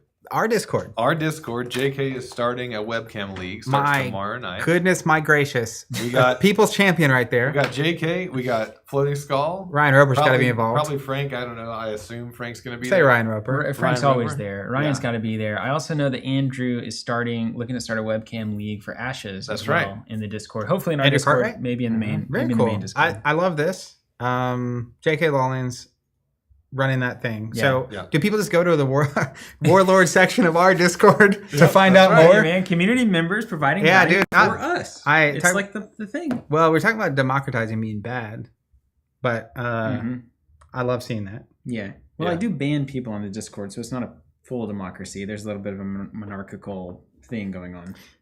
A little. I like you went Monarch immediately. Well, little you know, it's touch like of I'm monarch. exiling people, Mm. which is the democracy. Typically, everyone has a say. Not in this house. Until everybody votes. Hey. People don't get to vote who I boot. I boot. Yeah. You see the difference? You see the difference here? Yeah. No, No one not elected boot. you, as it were. That's right. Just a little culty. Ends in Little 3 culty. days. Updated stretch goals. We're posting the video, and they revealed more cards like Grave Exchange. Let's just pop it to prove we can. All right, hold on. I got to keep John honest because he said I can pop these cards. We can't. Oh We're my able to in just a second. Give me a second. Goodness Hold on. We gracious! just Wasn't HDMI ready for into the the segue. campaign. What do you say? We get HDMI into the campaign. It's there. Like it's on the Kickstarter page. I just kind of want to put John to the test here. Yeah, well, I failed. You know, I shaved my own head a couple days ago. Do you not normally? No, It's usually hard. It's Shannon hard does to it. do This these I missed. You see that? I think you see it in the. You see that little. I can't see that side of your head. But no, look at the screen. Oh, I can't see. You see that? That's hilarious. Yeah, I missed that. That's the only one I I missed. missed Grave Exchange. Oh, I got everything else. All right, I got let's the pull up a Church different one. Enforcer. I got Ephraim. Let's go Church Dawn Enforcer Treader. tank. That's That's that red warlord that Yeah, I he was. Church Enforcer. I just didn't have him last time. I just want to I think keep that's, John honest. I think it's fun. Yeah, I was not. Of all the things to call you out on that, I just That one found got it me. on accident. Got me. Yeah. Oops. Well, here Makes we are. sense. Yeah. Hell yeah, all doing out there. All right, well, I'm gonna move. I'm gonna move along. Let's not pop it. Yeah. Yeah, Warlord, All right. 495,000. Go over there. go and over there. Give him some Six money. I think 650, 700. Is there short hand for $5,000? It's like C note, This- $100. I don't know. Like go drop a 5K, a 5K-er. Yeah. Make a kid's dream come true. Oh, You don't see sweet this God. level of marketing genius very often. Yeah, it is I'm gonna tell raw, you, I'm just in unedited. awe. On hey, but I did give you one idea, Yeah. and you had to write it down in the notebook. Mm-hmm. The infamous I made Steven a notebook. note. What's the next news item? would you? Alphaclash. Can you pop out the Alphaclash? Unrivaled. Let's see. Let's I see if can we can do get the this all logo day. showing. Unrivaled released on Friday. And we already did our big recap of Unrivaled, but we That's right. really need to get it on camera and play Set it. 3, best set of Alphaclash so far. Period. Unquestionable, unrivaled. New rules changes and ban cards with the release. They banned the zero cost Clash Clash Bust. Bust. Yeah. Correct. Had to happen. Yeah. I like your little note to us saying, pretty sure Zach called this. Remember when Thrones had to ban the refugees? Because it was like, why is everybody running only these forever in every deck possible? It's like Yeah. maybe a sign. They also made a change to non-clash damage. Oh, Yeah, thank Which did was you a big see deal. this? Yes. Did you see this? Yeah. I understand why they had it function different. Basically, there's damage that happens in a fight and damage, like direct damage spells. And previously, those worked very differently, which is damage from a fight disappeared at the end of every fight, but all other damage sticks around. Mm-hmm. And the number of people I've taught this game who that was like 3 minutes of explanation. Yeah, it's the one thing you track. It's very strange. It's like, yeah, very strange. So now, effectively, at the start and end of clashes, damage goes away. So you only have to track it in between clashes, effectively. Exactly. Which I like quite a bit from a intuitiveness standpoint and lack of weird things to track. And the less you're having to track across a turn, I had one of these in the sealed event in Vegas, where the first clash happens and they did a clash buff, so the damage goes away, but the clash buff stuff sticks. It says until end of turn. Then we had a second clash, which another clash buff got played. Then we had a third clash. Then we had a fourth clash. And by the fourth clash, there's 4 instances of clash damage that we're not tracking anymore. 2 different clash buffs. Mm-hmm. One of which I totally forgot had even been played. Yeah. Because it was like a complicated turn. Anyways, the less you have to track, the fact that clash buffs are like one of the things you track is fine. Mm-hmm. But once you like are stacking stacks on, and we had a direct damage deck, so now you're tracking. I pinged 1 for here. And that was like 5 minutes ago. Yeah, it's just a lot. So I think for a game like Alpha Clash, especially, the quickness and tidiness of resolution of combat is a very big appeal for the game. Yeah. So not introducing that weird dissonant rule. 100%. Great. Yeah, they also made some errata like on War, the contender, which I think is very smart because without the zero cost clash buff, Torque is absolutely the best red character by a lot. So this to me, removing the zero cost buff that Torque could play and this errata puts them very similar, which is good because red was kind of the color to beat previously. Okay, great. Love it. And they're As the it direct always damage is. color and all that stuff. The other one they fixed, the Machina. Thought that one was good too. Machina. What did they do to So, Machina? I remember Basically, seeing that. Look at that art, the though. old way he Come was on. written, he could use Flair's tokens. Yes. to discard As the fodder thing. to So toss at them. And the awesome thing they're doing is when they're erratating cards, they're putting out with new art. So Yeah, they do an alt art. This is the old one. See, that's a big deal, man. So like they're releasing it in future set, the errated version. They get released. That's what Ashes does with all their stuff. The next release, if they errata something, they'll give you that card for free, basically. Yeah. So this is great. I want all my cards to do what they say on them. And so as long as you give me versions that have the corrected text relatively soon after the errata, I'm very happy with that. Wade asking, so how does it work now? So you essentially non-clash damage resets at the start and end of clashes. So previously it was just clash damage resets at the end of every clash. But now before it starts and as it ends, essentially all damage is washed. So the best way to understand this is if I play a card, if I play Flare and it says deal 2 damage to every clash card, then that damage happens and is resolved, and then whatever isn't killed by it doesn't. If you then immediately go into a clash, it doesn't matter. Yeah. So like your ability to make non-clash damage stack with the incoming clash damage is significantly reduced. Yeah. So like a common line previously was you engage Torque, the contender, to ping something for 1. Then you attack with your 6-cost Flare. That does 2 to everything on the board when it attacks. So then you could get a 3 health thing. And then after that's over, that clash, because the 6-cost Flare does 6 damage. Let's just say they hit the contender. The 2 that Flare did everything and the 1 from Torque sticks around. Yeah. Even into the future things. Next, but the 6 damage that she did does not stick around. Yeah. And that's part of where the confusion comes in. But now if you ping for 1 and then you attack with Flare, the 1 goes away. Then the 2 happens to everything and it stays until the end of that fight. The fight happens, so if something had 8 health, it would take 2, and then if it blocked her, it would go away because 8. But then anything it doesn't die, all damage goes into the clash. It's all reset. Yeah. Great. All right. Next up, we have Ashes and Siege of Lord's Wall. The upcoming release has already been charged for. Releases this Friday. This Friday, a big day. Yep. The ops team has that queued up or is queuing up to go out the door this week. So if you were charged for that, you can go into your account. You can see the order. You should be able to see tracking, and it should start updating sometime this week. Yep. That's right. And I assume we'll play that on we'll stream. get to play that next week. Hopefully. When are we doing Unrivaled? I don't know. Speaking of, there's a lot of games. They all came out at the same time. So we did with the Warlord Unrivaled. Kickstarter too, it's difficult. We got the Unrivaled in before the Warlord Kickstarter started, right? You guys remember you did that? Yeah. Right after you came back from the pre-release. I remember that. So we have that, but we'll probably do it again maybe after. but we haven't Ashes. played with Unrivaled. You played the pre-release with it. You played, but then you brought your decks back. Did we play Unrivaled? Yeah, I think you we played did. Unrivaled. You did. It was stuff that you brought back. Hundo percent. Are you a hundo? I don't know if I'm a hundo hundo. on that. I'm like maybe 50-50. You're probably a 1. Zach's memory's pretty sharp, dude. I don't. You gotta watch out. Did we not do sealed in that format? Well, because I only had my deck, so we wouldn't have had enough to play with the new cards. We had the cards we got to do the review, where we looked at all the cards, but I was telling you how much I was excited for you to experience sealed. Okay. Well, then why don't you play some sealed? Because I think you'll love it. Anyways, But we that's neither here nor listed there. all the funniest cards. We did the thing. All right. Next up, Flesh and Blood. Part the Mistveil officially released last week. We're gonna be opening this thing. Hey man, have you weighed that box yet? Did we get a gold pack? Did you see this? They did the golden ticket thing. They finally did it. And you can weigh boxes and figure it out. Did you see that? Yes, I did see that. Well, that's fine.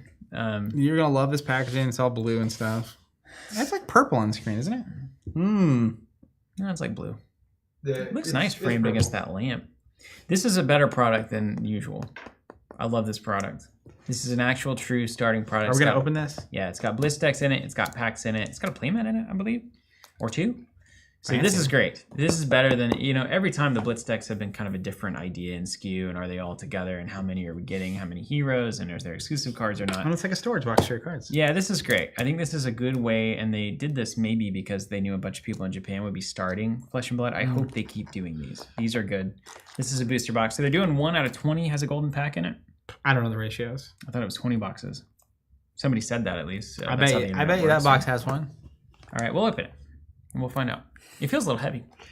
About an ounce heavier, maybe. Ounce or 2? Yeah. I don't know how much a booster pack weighs. Let's open this, and we'll open this after the news. All right. We'll come back to FAB. Earthborne, Weekly Ranger Report. Hey, yeah, let's get it. How's it looking out there? Rainy, as far as I can tell. All right, let's see. I'm in the bathroom. Man, I had a devastating Earthborne experience this weekend. Oh, yes. because we were going to have like an all-day thing on Saturday to play Earthborne.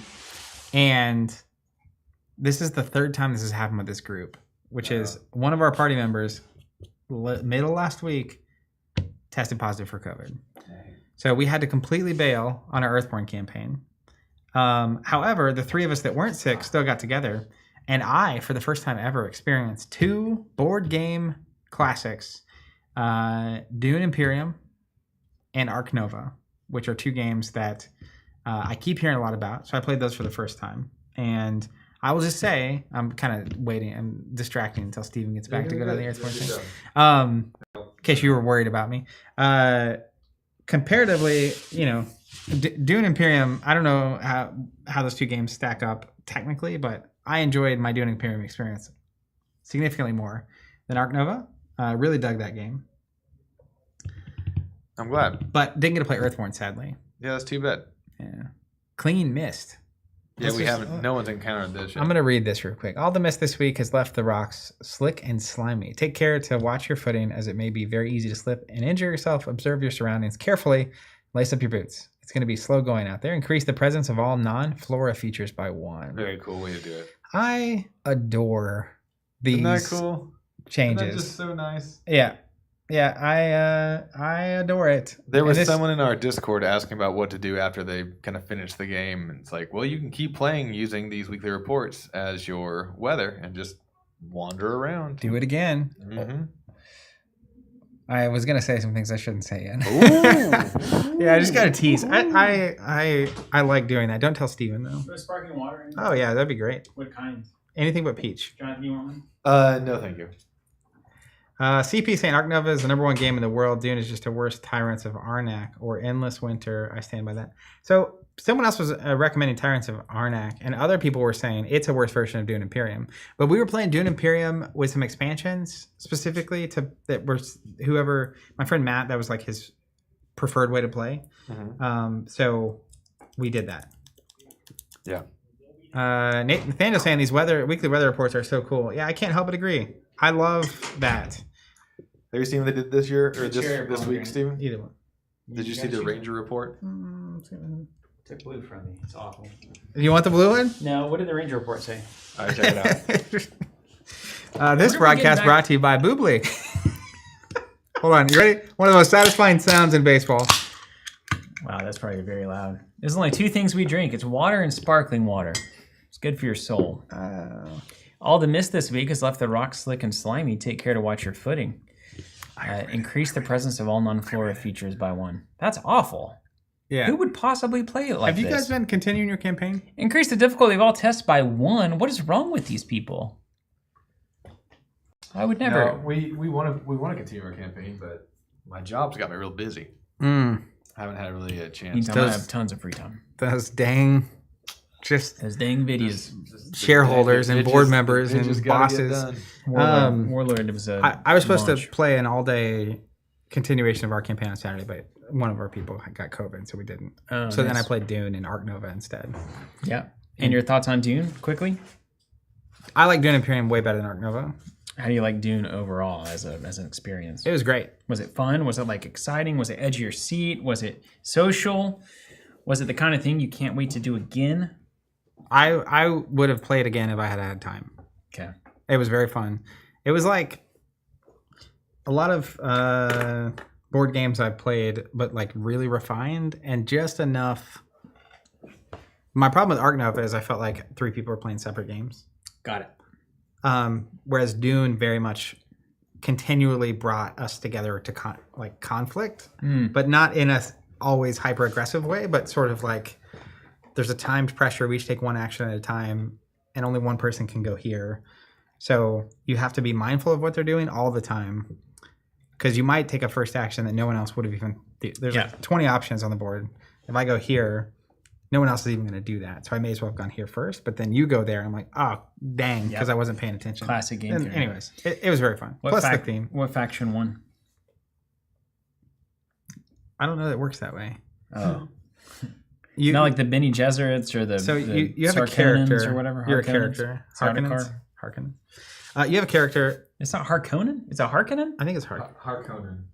I think. Oh, Well, there's okay. an O there. I mean, I'm no scholar, but Because it's like, I always remember, well, it sticks in my head because it's Baron Harkonnen. Baron Harkonnen. it's like a kind of a haiku. Yeah, yes. I've never read the book, so I have no idea. I didn't know there was an O there. There's you each have a character that you are and represent, but then there's the 4 primary alliances over on the side, like the Emperor, the Bene Gesserit, the Fremen, Yeah. etc. And you make alliances and are political with them and engage with them and need their support, but like you're still a character trying to win. So the factions don't win. Did a character win? Yes. Which one won? Which character won? What's his name? Paul? Paul won? It was boring. Not boring. Yeah. Well, the real if you want the tea, my brother Tim was at the table, and going into the last round, there's a lot of rules, and a lot of icons on the table, a lot of things being learned, and for a lot of the game, I was like really far behind, and I was investing in making my deck better the whole time, and then all of a sudden, like I jumped out ahead. And I was feeling pretty good about myself. Yeah. Then going into what was probably going to be the last turn, I was reconfirming the in-game state rules, and it was like, oh, when someone gets to 10 points, we all get one more. Like that triggers the end game. We get one round after that, right? Yep.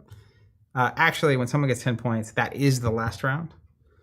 So I was playing the entire last turn not to win this turn, but to win next turn. And I didn't realize that I wouldn't have another turn until we were far too late in the turn. So I don't know. I think Paul kind of cheated. Right. I'm suspicious of him. Tell me if you agree with this also. CP delivering this comment in one of the worst ways possible on the internet. It says, LOL, citing somebody, there's no world where Dune is better. It's a worse deck builder, a worse worker placement, a worse area majority game. It does everything just worse than the other games. So obviously that is like, that's unfortunately the Facebook delivery of the point. But do you believe that's true? Well, he's comparing it to a game I've never played. Oh, okay. So it's not compared to Ark Nova. It's compared to something of Arnak. Okay, got it. Arnak, yeah. But someone was asking me if I'd played after I said I played Dune over the weekend in Discord, and I have not, of course. But they were. I've seen both things be said, which is this is a better version of this game, or this is a worse version of this game. But Dune is Dune, man. It's got Dune stuff. It's got the and Dune that's stuff. important. I mean, and the theme is sandworms very and important stuff. Yeah. Anyways. Also, we need to play that Dune CCG at some point. You will not have to convince me. There is no convincing needed. Throwback Thursdays, here we come. Also, worth noting on Earthborne, which is how we got here.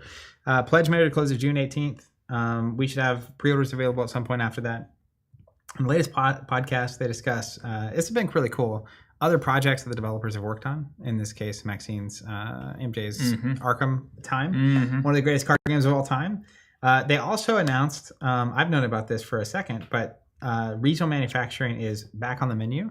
So I believe they are manufacturing in both the States and Europe. Love it. That was the vision and the dream early on from Andrew. And then as he got into it with the first round, that became problematic to actually make happen and make it feasible. Great. But as far as we know, that is actually happening, which this is being manufactured in the country it's being distributed in, so to speak. Congratulations. That's a big To deal. the team. That's a big deal. Yeah. All right. Absolutely love seeing that. All right. Moving along so we can get back on time. Marvel Champions. Next up. Is there more to that, or is that? Yeah, I'm just waiting for the icon to show. Making sure that John's on the ready. Nightcrawler has been announced. Let's just show Nightcrawler. Nightcrawler is one of the best heroes, right? Dude, look at him. He's got a sword. With a sword? I've never seen Nightcrawler with a sword. Have you seen X-Men 97 yet? I've seen one episode, I think. I've seen 4. I really dig it. Everything that I've heard super is good. Excellent. We just finished my World Champions group a week or two ago. Finished our Mutant Genesis campaign. The final scenario is you're against Magneto in space, which perfection. Nice. It was incredible. I love that. But everyone was saying on our Discord that the campaign after that one is like the best campaign in Marvel Champions. So we'll see. We're having a kid soon, so my group that plays Champions was like, all right, we'll reschedule the next campaign in about a year. Nice. So I'll have to wait to experience it. So it's gonna be a little while, yeah. Good question, Paul. Here, do you guys like Earthborne over Arkham? Arkham's my favorite board card game overall, and I've seen a lot of praise for Earthborne Rangers. I would say this. I don't know if this is going to land for you because it's an RPG analogy, but Arkham is like the Dungeons and Dragons of cooperative LCGs. It has a very beautiful system that is meant to drive action in very particular kinds of ways and create an experience that is a little bit more on rails, linear. And it does that exceedingly well, and that's why so many people love it. Earthborne is like an indie RPG where we remove a lot of the rails and the rules, and we open it up for people to interpret their own experience and kind of narrative gameplay so that it's looser on the rules structure, but it can potentially do more based on your imagination and the way that the scenarios and kind of the missions come together. So if you like a little bit more of a structured experience, if you like to have a very distinct goal and you're trying to, achieve that, Arkham is great. It has huge dopamine release whenever you actually get the thing beat, or you take that final boss down. Those kinds of things. Finally pull off your deciphered reality.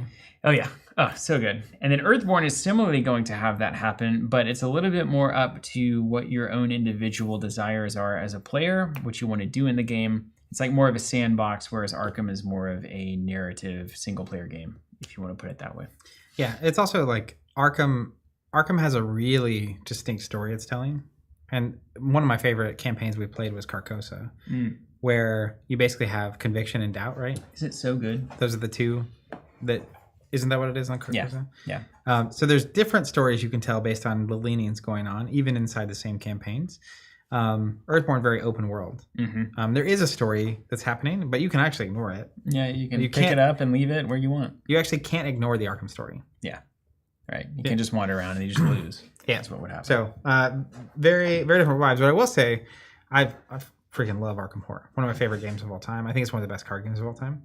But my Earthborne crew, I would play at Matt's house, it's like 30 minutes away, and we usually finish at like 10 or 11 p.m. So I just have like a 30-minute drive home. I didn't realize till the last time that I've been driving home without any music on. Yeah, it's the greatest, man. Hey, I hate to steal your thunder that way. Sorry about that, but I love that. Yes, big fan. No thunder stolen. Yeah, we're just sharing a moment here. No, it's just. But it's this natural like reflection period that I have. And for Earthborne particularly, it's so good because like it just hits in a very different sort of way. And you're driving home and you just have these realizations, or you reflect back on these things that you just did. It really truly does feel like making camp for the night and thinking about the day that you just had. Love that. Yeah. So whenever I had the Neon, the Plymouth Neon for the longest time, classic. The radio stopped working like the last 5 years that I had it. So it was always driving silent, and then I just kind of got in that habit. And then when you do that, you realize like how often we're filling the void with anything. Yeah, it's like you get home, maybe you turn on music, maybe you turn on a Netflix, maybe you sit down and stare at your phone for a while. You turn on music while you're cooking, all this kind of stuff, or you like decide to dive into work or do some research. It's like, man, the time to just sit and reflect for an hour has disappeared. It's too easy to fill that time with an easy hit. So I'm all for any amount of time in silence that we get. Yeah. Remember, as our friend Eckhart Tolle said, a moment of silence is worth more than any amount of teaching. I thought, wasn't Eckhart Tolle the one that said, "You know where you are? You're in the jungle"? Is that Eckhart? You're in the You're in the jungle, baby. That's like Eckhart on like 6 times speed. He hits the cymbals 3 times between each. Oh gosh. I totally agree with you though, and it's something in my own life I've been particularly before having a baby, but basically fighting to gain back those moments and against your own. I mean, it's so easy for it's the lizard, man. Yeah, it's like well, I'm just sitting here. I could pick up my phone and just like see what's going on. And I think my phone habit is probably a lot healthier than average, just in terms of the kind of things I'm even choosing to engage in. Yeah. Very rarely is it like short form dopamine hit style. I've just seen it, right? The like constant, even sometimes, not to call anyone out, I won't call anyone out, but random people in my life that I spend a lot of time. Spend time with someone or go to dinner or whatever, and it's like, can you actually just not? Are you incapable of going even like an hour without checking into it. Really, I'm not going to get on that box. Yeah. Let's leave that there. But I think that it's really nice to have a natural quiet time post Earthborne. And it's that kind of game. Now, Arkham, a lot of times I've sat with a session for a while after. Some of our games that we played, you just go home and you're just exhausted. But it's also just like buzzing from like I can't believe, like there was the one where we were on the train. That was a really early one for me where it's just like threw the Hail Mary at the very end and caught the ball. And a lot of times it feels like a sports situation where your team wins at the very end. Yeah, it's like you feel that for hours going on. So Arkham gets you like in it. It's hard to explain, but it reminds me of FAB in a weird way of like, there's a word for it, ethereal maybe, or like ephemeris, like ephemeral or ethereal. I get those two mixed up. There's this like you're really locked into it and it feels like it's happening to you. Like I feel that way in Arkham. Visceral. Yeah, visceral. There it is. It's a visceral experience. Whereas Earthborne, I feel like I'm in the world more, but it's not trying to be as like extreme. Yeah, you're right. It's a little more carefree, a little more whimsical. Yeah. And it's a very serious game. Oh, 100%. But it's also like, Jonathan and I will have a conversation like, where do you want to go, man? You want to go down to the river? And it's like, sure, let's go to the river. And then like, go to the river. It's not like the demon is 2 turns away. And you're like, I barely get away from the shark. You know, the shark music playing, as it were. I pointed over at John. This guy's been reading a book. Loosely, while I was saying the train scenario was so stressful and fun. That was a better comment of his. Paul saying, freaking amazing, the train one. Yeah, that's one of my favorite experiences. Van, going personal, saying, names for I think it's a great comment. Dude, hold on. Is that, are you holding a card of yourself? Yeah, definitely. It's like a sleeve. It just keeps going for days. Whoa. See the littlest one of him? Did you say littler? Several deep, yeah. Trying to force myself to not use my phone when hanging with friends is a bad habit of mine and something I've been trying to fix. It's hard. It's addiction. Yeah. Yeah, addiction's That's hard. what actual addiction looks like. addiction. We're all doing That's why I'm trying to get off the... I probably shouldn't make that joke. Van says, names for your kids yet? Steven, are you going to have a little Zach? And Zach, you're going to have a little Steven. We're having a girl, which we have revealed publicly. We're not revealing the name publicly or the gender, but we did a baby shower with the classics. Yeah, the classics. not but like, it was like a classic baby shower where it was all of the women were invited, and I showed up at the end and was like, here you are, congratulations, and I was loading up the gifts. You know, it was a very traditional kind of thing. That was this weekend?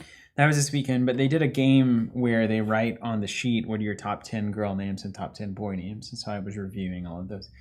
But then Skylar's husband thought that maybe Concrete would be a good name if it's a boy. Concrete Wooly. What do you think about that?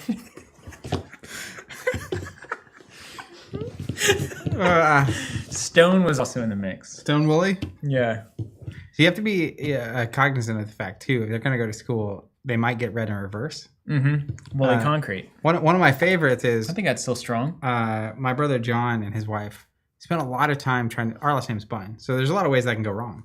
They spent a lot of time trying to make sure that they didn't give their kids funny names with that last name. And about the time kindergarten hit for one of them, the realization practically happened, which is their oldest is named Anna, so Anna Bun. But when you read it backwards, it's Bun Anna. Oh no! Which I adore. I love it. Anyways, so I joked around for a long time. My wife thought I was serious, which if you know me, I could see why. That's so funny. I didn't ever let her in on it, but forever I said if we had a girl, we're gonna name her Leia, Star Wars. But Leia Bun, just to be hilarious, we're not naming her Leia. So no. That's not happening. It was actually a joke. We do have a name picked out, but is not publicly revealed to anybody yet. I'm letting her have that. Yeah. Also, do you think Concrete is kind of gender neutral? That's true. Do you guys have a name picked out? Yes. Finalized. We're not finalized, but are there? I don't want to reveal anything. Are there any puns involved? No. Okay. It's very meaningful. What percentage of the name do you think you chose? I actually, you know what? Actually, it might not be the greatest in reverse order. I should consider that. So I didn't mean to put the bug in your ear. I actually had a lot of influence on the name. Okay. Yeah. So I'm glad to share that. Yeah. One day with you all. I'm excited about it. I definitely it just kind of felt like it was like immediately like, yeah, I think that's it. This is it. Mm-hmm. Nice. And then it was like, and then Shannon was like, well, all these other options, and for some reason she was the one that was trying to get all the ideas on the table, and I was the one who was like set instantly. Really? Yeah. Nice. Which I don't know. She's a very creative person, so I could see her having a lot of ideas. It has a lot of meaning baked into it. It has like there's a historical nature to it. There's a lot of familial nature to it. Perhaps. That's interesting. I'll say no more. We'll stop messing around in that playground. I'll just say, I at least was very heavy-handed on the form factor of the name. Okay. There were a lot of options in that way, but it was pretty clear what the option would be pretty quickly. Mm-hmm. And I had a favorite way about it. Okay. And that's what you guys agreed on ultimately. Yeah. Okay. Yeah, well, so we're in the same spot. So far. Yeah. Yeah. Until that birth certificate gets signed, nothing's for sure, man. All right. I think last but not least. Wait. There's cool Nightcrawler stuff. Oh, sorry, Nightcrawler. I got caught up in bananas. Kurt Wagner. Search your deck for a copy of Banff, add it to your hand, and then the hero version does something with Banff as well, right? Well, Banff is his teleportation sound, right? Wait, I did the wrong one. Okay, here's the Banff. Attached to an enemy, on defense, you interrupt. When attached enemy attacks, discard Banff. Declare Nightcrawler as the defender without it. So a lot of good defenses. Wow, well that kind of immediately puts him in the defensive category. Check this out. Scout ahead. Remove 3 threat from a scheme. You may discard a copy of Banff from your hand to remove 3 threat. Okay, so this is just me teleporting. Mm-hmm. Very cool, man. What was that game where Nightcrawler teleported all over the place? Do you remember that old Marvel game? I do. Good. Was it the one with Avengers attack and then the Iron Man was shooting Cheetos? No. Cheetos, yeah. That's the game where Captain Jabimbo was born. Oscar, both due dates are actually in July. That has been revealed. Sorry, I don't know. I've never played the game you were talking about. I don't think Nightcrawler was an option in the game we had. I played every X-Men game. It was awesome. X-Men. It was like a really good version of the Captain Jabimbo game. Yeah. Port away. Discard a copy of Banff from your hand. You could switch between the X-Men to solve the task, and a lot of times Nightcrawler had to come in and teleport. So I know Colossus was there. Colossus was absolutely there. I freaking love Colossus. Yeah, okay, I know that shit. So you discard Banff, change forms, ready your identity. So you get the teleportation cards in your hand, and then you use them to play your other cards, and it feels like you're teleporting. That's cool. You know, they can just find... Every game designer should just have to do a year on Marvel Champions just to figure out, can you design something in a pool of 1 billion cards that feels unique to this hero and still is in the same number pool between 1 and 3, basically. And it's playable. Of cost. And it's playable.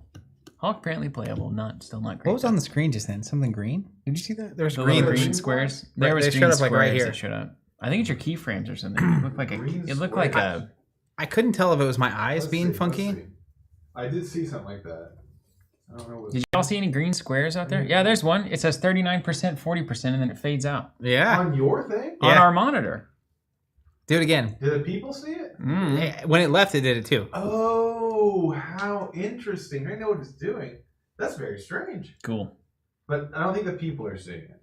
Ooh, Ultimate Alliance sounds right, maybe. Chris. And then we also have, is that teleport drop? Okay. I mean, that's got to be a busted move, right? You think that guy's going to be okay? Just got a copy of... Deal late and stun it. I mean, everybody has this card in their pool. It's just you got to do it a different way. 8 damage and stun is crazy, actually. Yeah, that's kind of... Well, it's a 2-cost card that requires another card. That's not that crazy. But the card is easy to get, isn't it? You get it for free, I think, most of the time. What is it? Can you show me Hero Nightcrawler again, John? Boom. Or should I say... Action. Spend a resource. Return Banff to your hand. So you can trade a money... Once per phase. Whoa.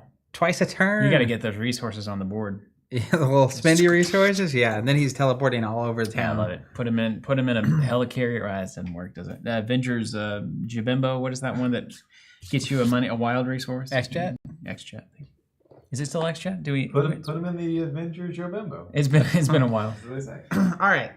Sorcery, final Man. thing, and then we get to the gameplay. There's a lot on sorcery. Okay, Yeah, I see let's that. go sorcery. Let's go. Hey, All right. everyone's worried. Oh, it's going to be boring between them and the second set. They just keep dropping stuff. It's not boring at all. I liked here. That's great. I can't even keep up. All right, so running it down. Eric's Curiosa will unveil its latest Arthurian. Its latest. Well, they're doing a Arthurian Legends premiere at Essen. Right. Like an early pre-release in Europe, largest tabletop gaming convention on the planet. Germany, first weekend in October, Essen Spiel. And apparently it's going to be like an Arthurian Legends pre-release vibe. In Germany. In Germany. Be a shame if people had to go I to would that. love to go to that for the record. Let the record state. If anybody is listening. Second big event. So this is that is actually not the bottoms up organized play approach. That is the publisher doing something specific. Now the second event is more bottoms up. SorceryCon is headed to Vegas. It's kind of a uniting of the minds too. It's Drew who was doing the March of the Mortals, plus I did not realize Drew was involved. David. Oh, yeah. David's involved, plus Simon. Plus Eric's Curiosa is involved. For real. Simon's involved. It's kind of the So- Midwest. It's in Vegas. It's November 1st through 3rd. Yeah. And it's at Park MGM, which Please, can we go to that as an organization? is probably the most ideal. Like I saw that come up as the location. That place is the best of Is that them. the one with the steakhouse? Oh yeah, Bavette's. Dude, But don't go to Bavette's. It's horrible. this is like seriously. It's great. This will be far enough from birth, it's got the right? cocktail July, thing. August, September, October. That's like three and a quarter. I think we're good. So 3 months it's is like it's a that's- smoke-free facility, which is what makes They're it so basically awesome. driving by then. Yeah. Yeah. So 3 months in, Jonathan, can you leave for a few days? You know. Well, it depends on what your partner's like. And what kind of relationship you want to have with your spouse. Dissonant. Yeah. I Now that the kid's there, it's like, what are they going to do? Leave? I remember a very Yeah, that never happens. I remember a very pronounced relaxation in stress at 6 months and 9 months. We've got family though.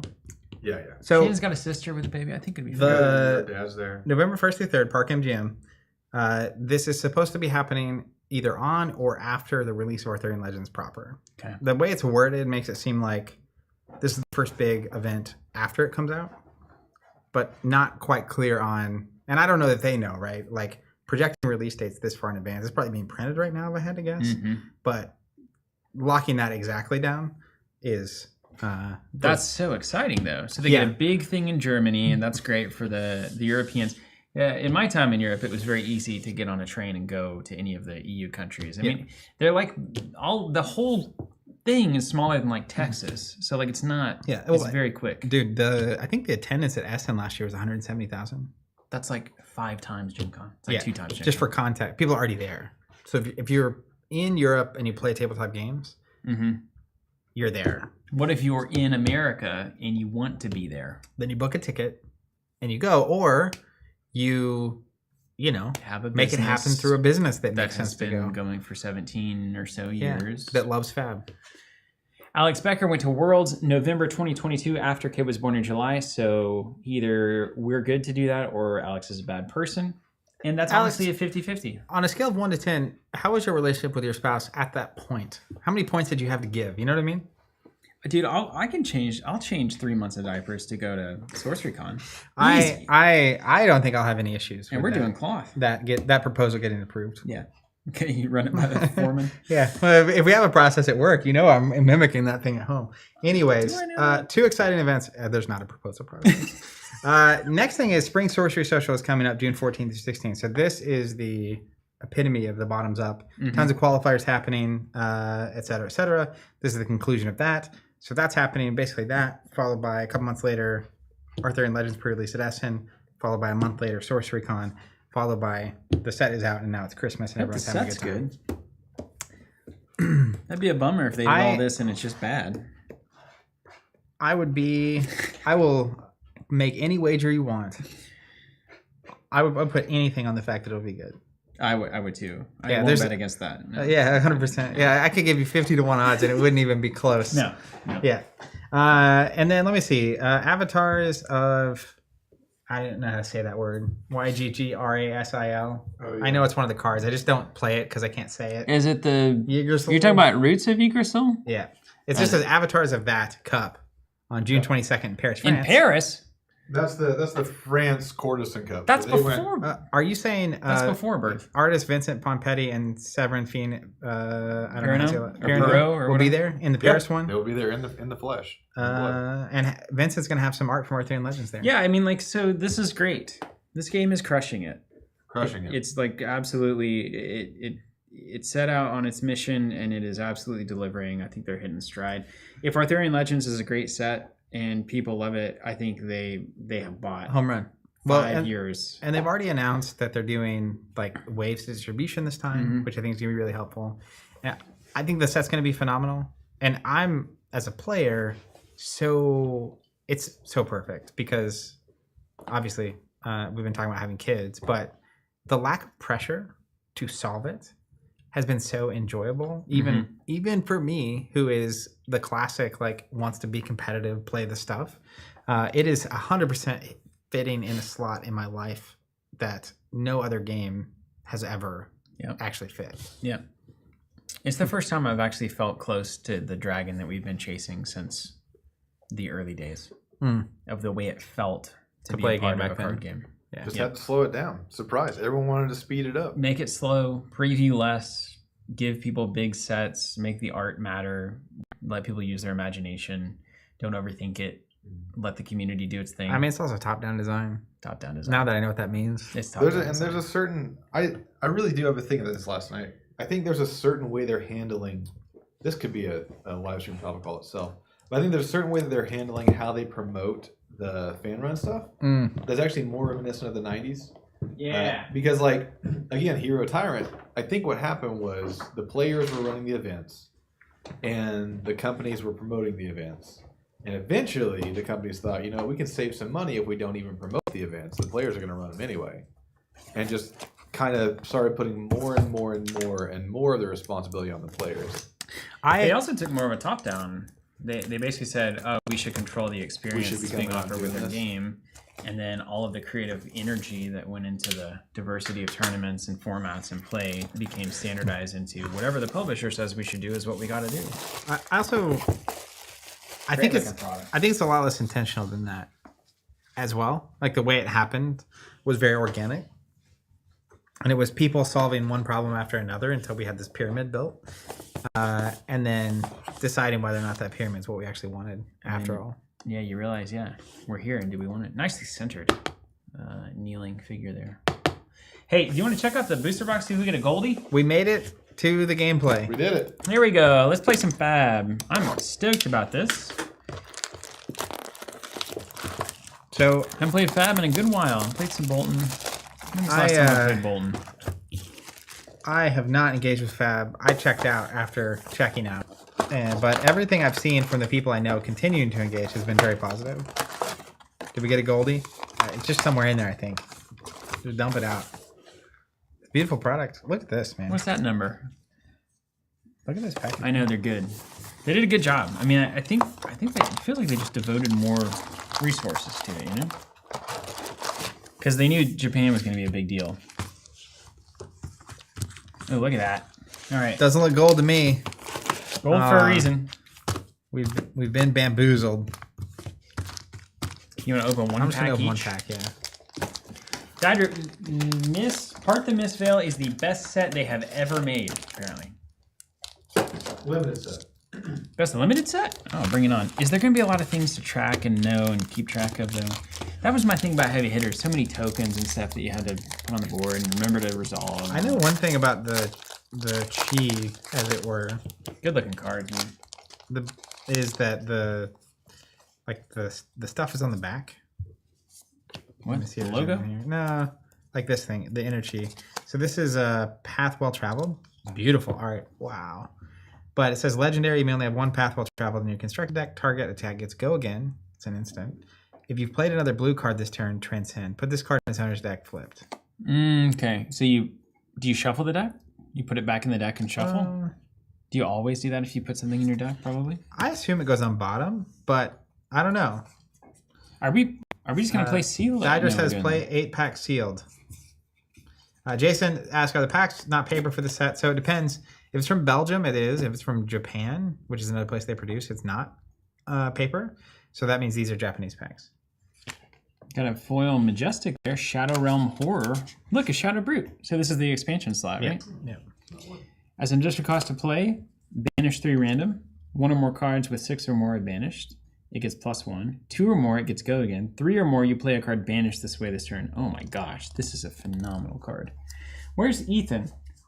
Where's old He's still where's playing old the man line. Sand, dude? I mean, this is absolutely nutty, and it looks beautiful. I see. This says put it into its owner's hand flipped. Oh, perfect. So the chi goes into your hand. It's basically a no block blue resource. Look how awesome this card is. This is one of the best. This has got to be the best Which one's Shadow Brute that? card that exists. Shadow Realm Horror. Look at how good that looks, though. That foiling is bomb, man. This could have been a card that was printed too dark, but it was not. Do you want to just play a? Do you want to play a Blitz deck first? At least. I'm not the captain. Let's of do that a Blitz decision. deck. I want to see what the Blitz deck's about. This is what people are actually going to be expecting. Maybe there's a gold pack in there. That seems unlikely, but possible. I think if you do Blitz deck first, that'll give you an idea when you go into limited. Look at this. Okay, let's look at this product. Come on, I got guys. my expansion slot was Dust from Stillwater Shrine, all the way from Stillwater. Really? Go Pokes. Now that is the kind of vibe you want to give somebody when you open your first experience playing a game right here. Yeah, so This is like the Sorcery Precon box. we got a playmat. That's a little, yeah.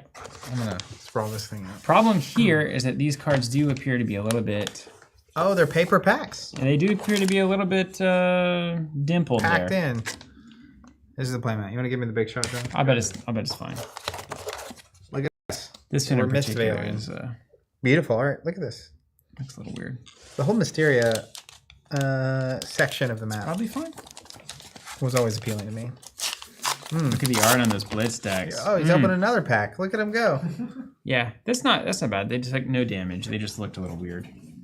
Let's go. Rising Tide, foil, mystic action, attack. Oh, come on, Zach. This is the art that I live for. Look at that.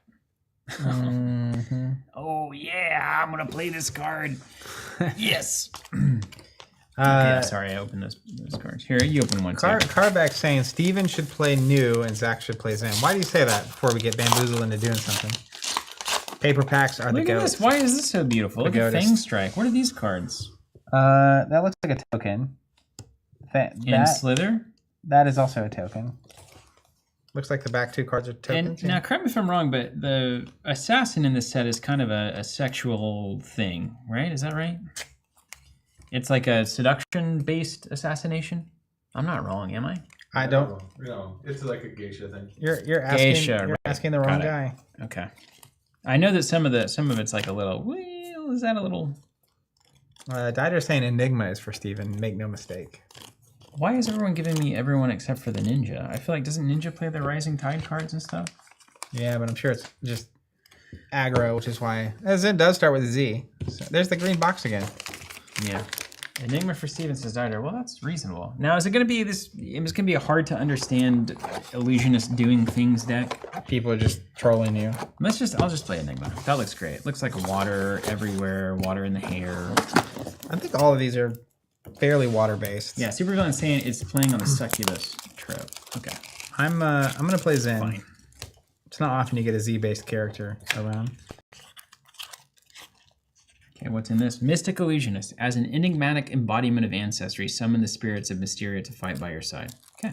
Ready to play out of the box. Now, is this a constructed ready deck? Or is this Blitz ready only? Blitz. 40 cards. It says Blitz down at the bottom. Still not there. The Lord's favorite format.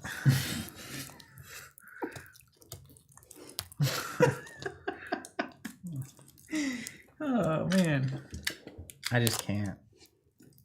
It's perfect for this moment. I can't imagine the number of times we played FAB on camera. All the streams and stuff early on. Yep. It's a lot. And we were doing weekly there for 3-ish years. Okay, let's see what else we got. Now, this is an old school card game right I'm just here. Look at feeling this. Expand your gameplay with booster packs. fabtcg.com. Go to your local store. Tips and tricks. Hey, look at this. They did it. They did a good job. They did it. They did it. This is what you need. This is the key. Are you playing Enigma? Yeah, The comments come in and make me uncomfortable. The difficulty is 5. Is that 5 out of 10 or is that 5 out of 5? I think it's 5 out of 5. Well, according to Carback's 9999, I have never failed harder on opening anything. Look at this. What is happening? Let's see what Enigma does. Mastery of Enigma requires careful game planning on every single turn. This sounds like something I would enjoy. Sometimes you should defend to try and protect your auras. Sometimes you should use their ward to soak up damage. There's no one-size-fits-all solution. Your equipment suite is your most important tool for protecting a key aura and transitioning from defense to offense with Cosmo, Scroll of Ancestry, Tapestry. Shows your weapon.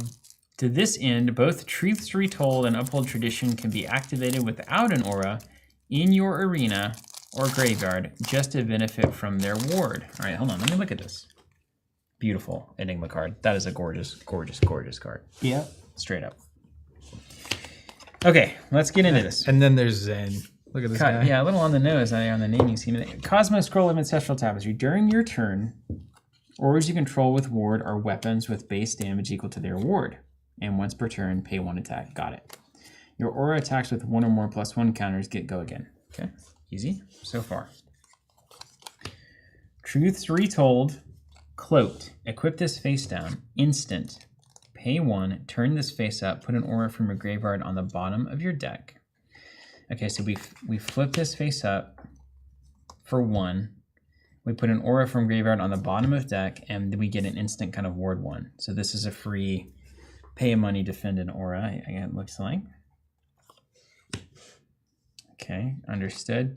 Heirloom of Rabbit Hide. While it's face down at the start of your turn, if you have exactly 1 life, you may turn this face up. Ward 4. Oh, like a last minute save me. Okay, so manage your damage really well. I need to get it to where you only get me down to 1, and then I get a free 4 life. That's very good. Uphold Tradition. Instant. 1. Turn this face up. Put a +1 on an aura you control with ward, which would give it go again. Understood. And then Skywalker stuff. Destroy this. Prevent the next 1 damage that would be dealt to you. Activate only while it's face down. Talking about IP, I would be nervous to put anything named Skywalker in anything of mine. Destroy this. Prevent the next 1 damage this turn. Activate. Okay, so, there's some timing in there that we'll have to figure out. And the scroll... Supervillain's got you on how to play. The scroll does the same thing that all illusionist weapons do. It turns your auras into weapons, and it's just a different take on that. And then it says, if you respond to your own Transcend instant with a second Transcend instant, both will flip into Inner Chi on resolution. Whoa. That they're using the words. They're using the language. The parlance of our times? The checkout language. What? If you respond to your own Transcend instant with a second Transcend instant, both will flip into Inner Chi on resolution. Which, as you and I both know... You just made the stream stop. As you and I both know exactly what that means. Put it on the stack, respond before it resolves. And do it again. It's on the stack. You've already played a blue card, I'm guessing, and then you've already played a blue card by the time the other one's resolving? Is that the... Anyway, we'll get through it, won't we? Yeah. And there's a Spectral Shield. We love that.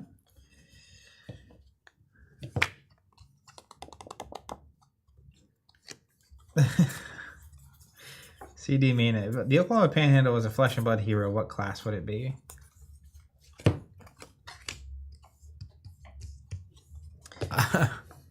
I don't know. There's nothing going on out there. Nothing good anyway. What is happening on the screen? Is this happening in real life? Yeah, things are going sideways, but it's okay. I got it under control. Is that Shane or Visceri, you think, on the table there? Eloquent Eulogy? No, see they're not seeing that. They're not seeing that. Oh, okay. Okay. Zach, do you want to shuffle this and start slapping? Yeah, that's all I ever want to do. Okay. Oh, I need to read Enigma, too. Your first Spectral Shield attack costs 1 less, and they cost 1 to attack. So, ergo, you get a free 1 damage swing.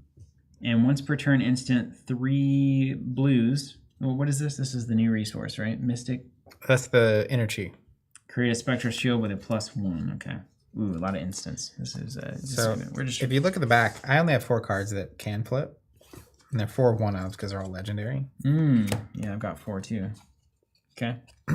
but the ability can only be triggered by the blue resources. And this is considered a 3 for. Mm-hmm. And is it also just a blue resource? It is. It can pay for both costs. Oh, woo, woo. This is a new mechanic. So Now, one problem is with the lack of sleeves. well, gentleman's game. I'm not worried about it, but so like with the dragons that could also flip. Now in a tournament setting, someone that is playing these cards will probably have extra copies, and then when they flip, instead of flipping, they'll put just a cheat card in their hand. Right. But that's always like an interesting dynamic to have things on backs of cards. Yeah. Well, there's not so many places to put things. That opens up a whole new dimension. John's that top down a little bright. You remember we clicked up the It is a ISO on little the bright. last one? You want me to click that down? It's bright because I retracted the lamp. Oh. Do you want me to turn the thing down? Yes, please. All right, Zen, just so you're aware, I have a once per turn instant, pay 3 chi. Create a crouching tiger in my hand, search my deck for a card with combo, banish it, and then shuffle. I may play it this turn. It's one of them. Then I have the tiger taming. I don't know how to say the end of that weapon. Yeah, there's no way you can pronounce that. Once per turn action, pay 2, attack, go again. Well, Nothing's changing. When this attacks, the next crouching tiger you play this combat chain gets +1 attack. Okay. A 2 for 2 that gets +1, so 2 for 3 with go again. Seems good. Tell me this, world. This. I see. I'm just lining this up with the moving camera. Yeah, sorry. You're good. I don't think it's not changing. Amsterdam is surely coming up, right? The next Pro Tour. Are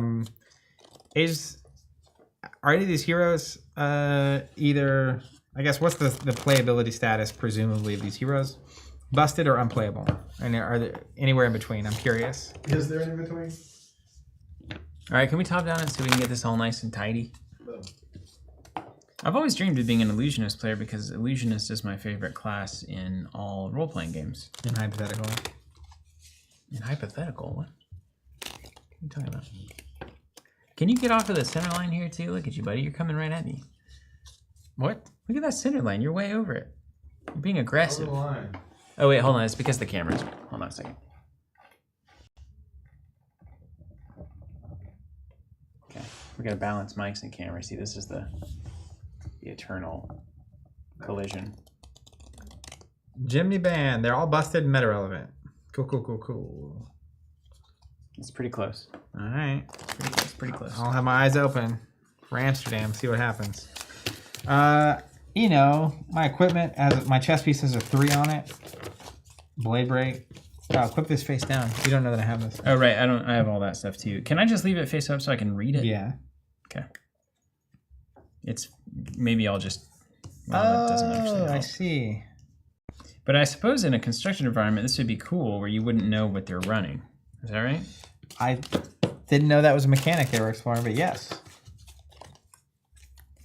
Wow.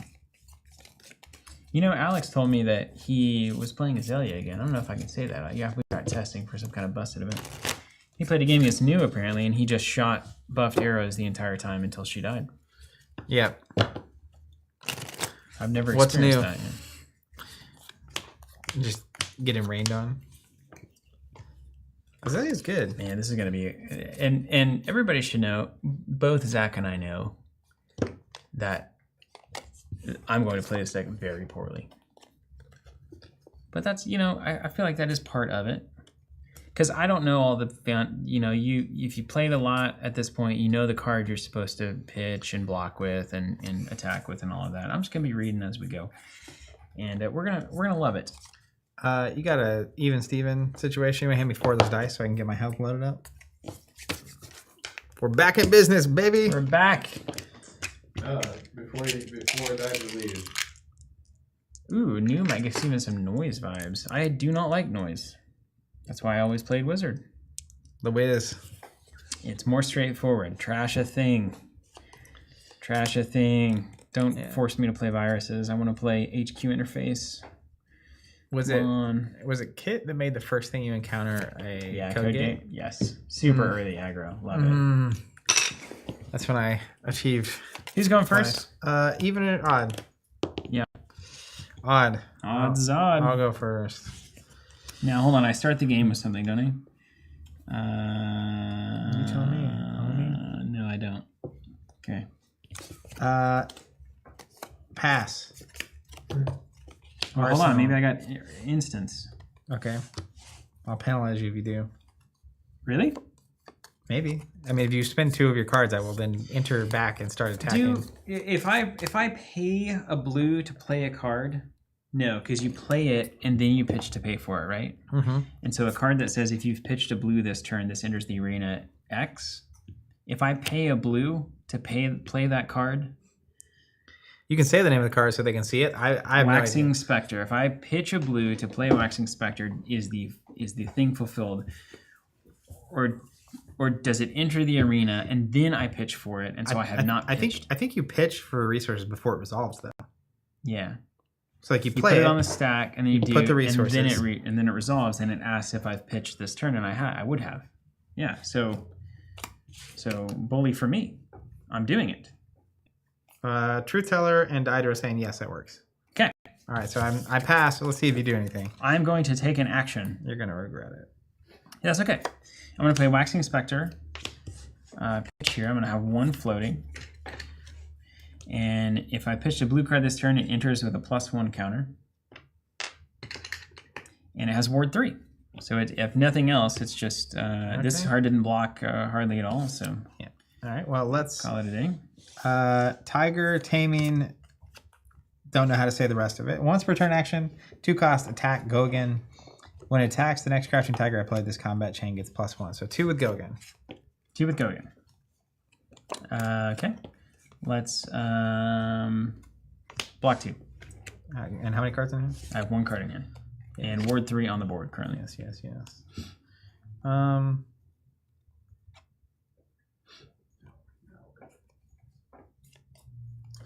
We will go Untamed. New attack here. Pitching here. And it's coming at you for 4 with go again. You got 2 floating? 2 floating. Okay. How much do go again? 4? 4. 4 go again. Well, I mean, you know, this seems like a really good card. Kakara. That's how you say that, Kakara. Tiger Taming Kakara. Can you swing here as well? It's an attack reaction. Sorry, these are my equipment. So you can give it +1 for 1. Yeah. And you have 1 floating. I have 2 floating currently. Okay. But yes. So I've got to respect that as something that could hurt me. But you know, if you get me to use my equipment now without blocking with it, that's all. Well, the problem there though is that like I would have to use my own equipment because I can block this for 3. But it saves a Ward 3, which is nice. Brent's saying you can use block 3 plus the Skywalker to prevent it all. The Skywalker. Yeah, this. So this is the idea. I would have to use equipment, but then you could just pay 1 and use your equipment to punch it through and kill a Ward 3 card. Or just send this attack. But then I could respond by paying 1 to Ward 1 on Truth Retold if in response to your attack reaction and still maintain the thing. What if this is like a 3 damage attack that I pay 2 for out of my hand? Yeah, it'd be a problem. It's not a problem. You just lose your ward thing, which is fine. Oh, we got this. Yeah, we know. We just have to read it. We don't know the equipment, so we can't. These are face down. They're all face down. And then, did you see his comment here? Dider's comment. On your turns, you can swing for damage, then have them ward through you. Okay, that actually tracks. That makes a ton of sense. That makes a ton of sense. Because nowadays we know the structure, and you can come back in and play more. Okay, good to know.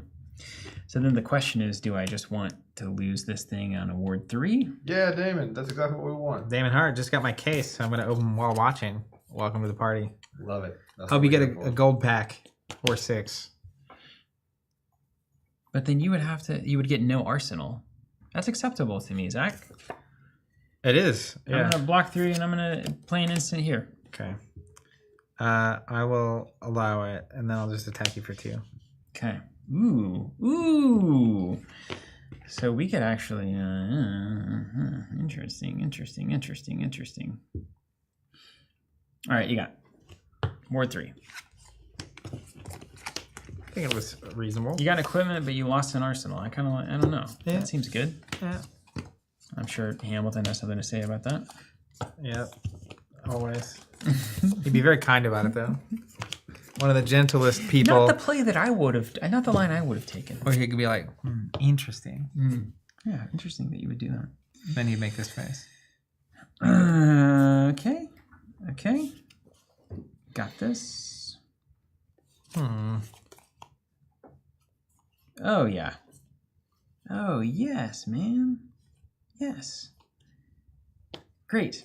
Okay. Let's do second versus same as the first. Let's do a Waxing Spectre. I pitched a blue card, so it comes in with a +1. And it has Ward 3. Then my first Spectral Shield attack, which this is not, would cost 1 less. During a turn, auras with ward or weapons, so it costs 1 to attack. And this one would have Go Again. Ergo, I'll pay 1 to swing for 4 with Go Again. What makes it a 4? It's a Ward 3, and it has damage equal to its ward value. And then it has +1 because it came up with a +1 X counter, +1 attack. So swinging 4 for 1. This is silly. I'll take 4. Love that. Okay. Okay. It does have Go Again. Well, I mean, you know, I'm kind of a fancy man. Let's just get him out there. Yeah, that's what you should be doing. Let's play Waning Vengeance. This is unbelievable. And then I'll Who created this? pay 1 swing for 2 there. Why is it only 2? Ward 2. Yeah, so the ward value is equal Oh, to its attack. there was a red one on the screen. It's a yellow. Yeah, It's yellow. okay. That makes more sense. And it's a wolf. And I've got 5 block on the board now. This is unbelievable. How did this get created? What? I don't pretend that it's made of water instead of spirit. I mean, I guess it's kind of watery. They don't block on the surface, so that's the downside. But like these things you can just play and immediately attack with, and then also function as defense is really strong. Have you played against Illusionist ever in FAB? Normally it's like they play a thing and then they attack you for 1. Mm-hmm. And it's like, oh, that's kind of annoying. But then if I do things, they blow up. Mm-hmm. But then the dragons attack for 1 billion. You got to attack them. It's like ward. They waste your damage the same. Yeah, but the dragons have to have Ash at least. They have to build up into it, you know? Yeah, they've had a very hard time having Ash in that This game, is I like- assure you. I don't know. All right, I'll take 3. Usually I'm the one complaining. I like this change of pace. Listen, I'll be honest. Since the first time I played against Prism, I have not liked Illusionist. Like, I'm okay with it existing, but Actually, I like this more now. I just like have always not liked playing against Illusionist forever and always. This just seems like a faster version of that same problem. You're done, man. Don't like. I hate to tell you, but you are done. All right, Harmony of the Hunt. 1 damage coming at you. When this attacks, if I pitched a blue card this turn, create a Crouching Tiger in my hand. Just a 1. The Crouching Tiger is a 0. Yeah, but this is a 1 damage. 1 damage, yeah, but I must do something. if it about does damage, it Ward must kneel.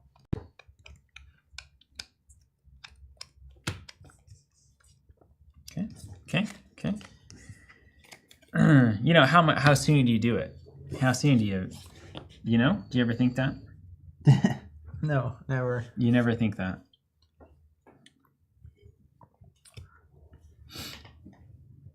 Attack.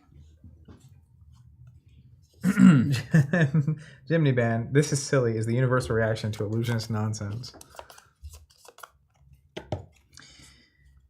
I'm gonna play the game like I've seen Illusionists play, which is just they're always doing things that I don't make any sense. Yeah, it's like I'll do this and this and this and that and this, and then you're like, oh, it's my action still. Yeah, I did that before this resolved, and then they're like, oh, you lost.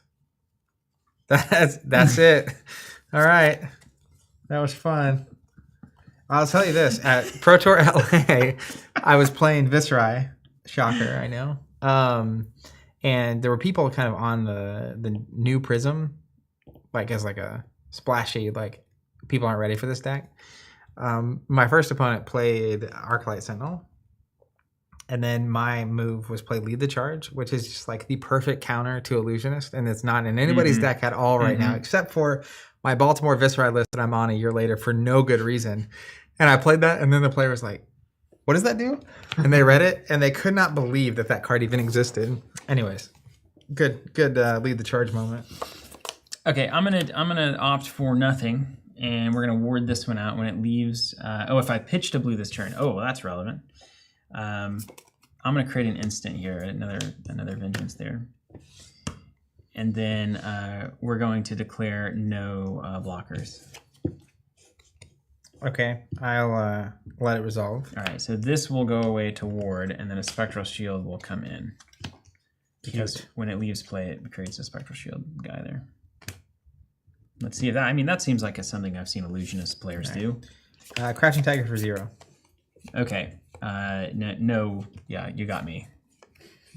Congrats. You're good. Then I'll pay 2 for. Now hold on a second before we do. You have one of those masks. That's like the third attack. You get you power up or something. Yeah, it says when this defends, put a card with combo from your graveyard on the bottom of your deck. Anything else that's over there that matters? Well, this is equipped face down. At the start of my turn, I can, if I have exactly 1 life, I can flip it face up. This is an attack reaction, and then when this defends, create a Crouching Tiger in my hand. Okay, so nothing on offense. That's great. All right, what's this bad boy? The last thing on this chain was a Crouching Tiger gets +4, so it's coming in for 7. For 7. Okay, that's a blocky. That looks like a blocky to me. Vito, if I attack with a staff, I can't play the 7. So I was basically getting the Crouching Tiger to be able to play the 7, and I want this in Arsenal. And you've got no resources floating. No. And 1 card in hand. This doesn't have go again either. Love it. Okay. So then, well, that seems pretty obvious. Okay. Okay. Understood. 3, 4, 5, 6. You're coming in for 7. I'm just going to block 5. Mm-hmm. And then ward will go here. Yep. And I'll gain another spectral shield. I love this Battlefront Bastion. Just a 3 for 7. Big baddie. That's the classic math. Uh-oh. I have a flippy flip in my hand. Oh, and then I can't do the... And you've got an arsenal now. Huh. No, we don't like that anymore. Hey, I'm probably going to rethink that. You do whatever you want, man. Yeah, just watch out. Because if... This is where Illusionist gets really fun to play. Fun with hands up, question mark, period, exclamation point. I got 1 free swing, which I guess I still do. Let's just do that. Let's just stick to the plan. We'll stick to the plan. A man of honor. Yeah, it comes around to my turn. This goes under, and then my first spectral shield is -1, so I'm going to swing at you for 1. Poking at you. There. I'm going to stick to the plan. Take 1. Yeah, you got it. Okay. But look, we're building. Actually, you know what? No. I'm going to block with my boots for 1. Got and it. when I do, I get a Crouching Tiger in my hand. Cool. Cool with that. It's time to unleash. Uh-oh. Watch out. Full disclosure. She coming up. Okay.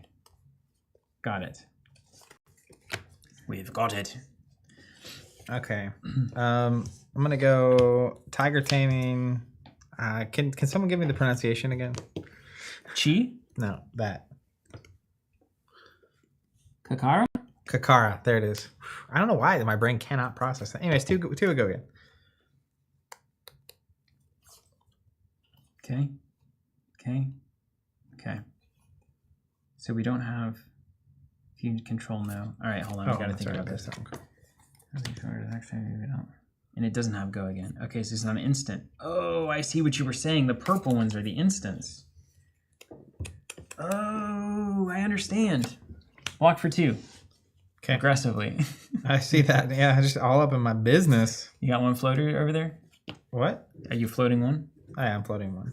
I'm glad that we can both remember that. Thank you, Zach.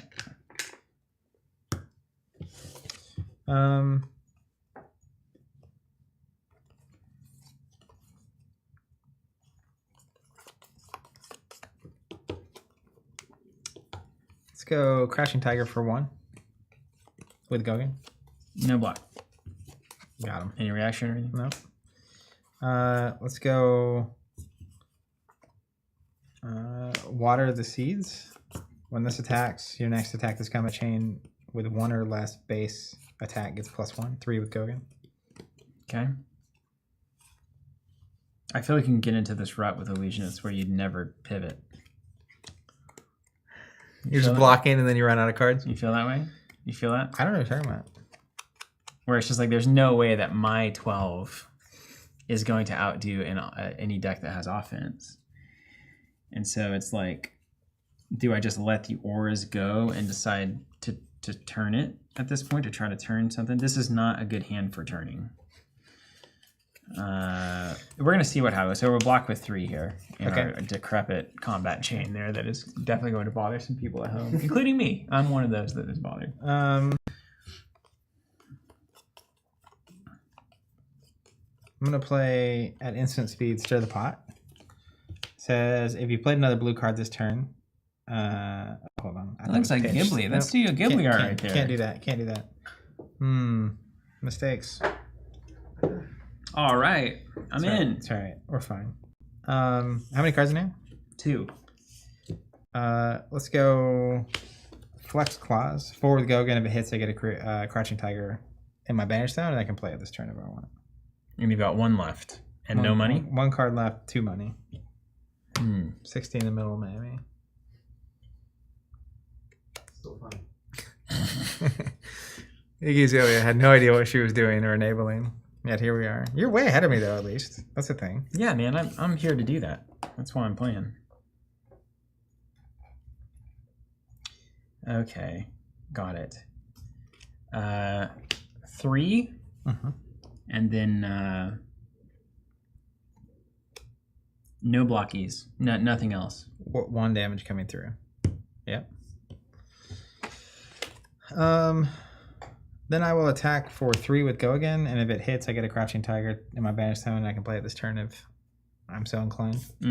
What would someone call that card? Just Biting Breeze Red, perhaps. Okay, this is where you're an illusionist. You got to decide, You're right? Not even there. You've got to decide. Do you hold on to your Waxing Spectre, and just take nothing, and then do you put a new one in? Yeah. Wait. Oh, this one has weird text. When this leaves, if you control no, and then see maybe don't prevent it. That's not awesome, really. 3, huh? And then I can do nothing on my turn, and we start over. But you had an arsenal that turn, and I was able to avoid all of it. Yeah, I read this card wrong. It says if you played another blue card. I thought it was pitch. So yes. I should have played this card, and then I could transcend this, and then I could use this to get a Crouching Tiger and a card, which would have been a significantly stronger line. But that's how we learn. Where's my tunic? So what I'm thinking is I trade 3 damage. Would I rather have this card in play or that card in play? I'd rather have that card in play. Block it, baby. So I'll block for 3 here. You got it. Block for 3. That's bad now. You got to do that. I will pay 1, flip this face up. Yeah. That gets +1. Ugh, awful. At the start of my next turn, I destroy this. So I can block for 1, which won't matter. But anyways, it's 4 now. Man, that's good. Ugh, terribly good. Okay, you got me. Okay, so when this hits, I get a Crouching Tiger. Well, it doesn't hit. It's warded for 3. Oh, yeah. Bang. All right, you cleared him. Good job. Oh, thanks. All right, over to me. I'll pass. Yeah. Yeah. There was a lot there. You could have done that better, both of us. Yeah, both of us. Yes, we could have. We both really could have. Really could have happened there. We really could have done that better. Zach, you have a comment from the True Believer.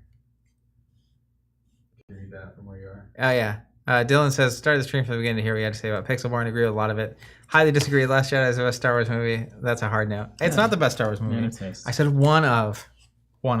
Let's be clear here. All right, let's go. Harmony of the Hunt. 3 with Go Again. If I pitch the blue when I play it, I can create a crouching tiger in my hand. 3 with go again. Yes. Okay, I get that.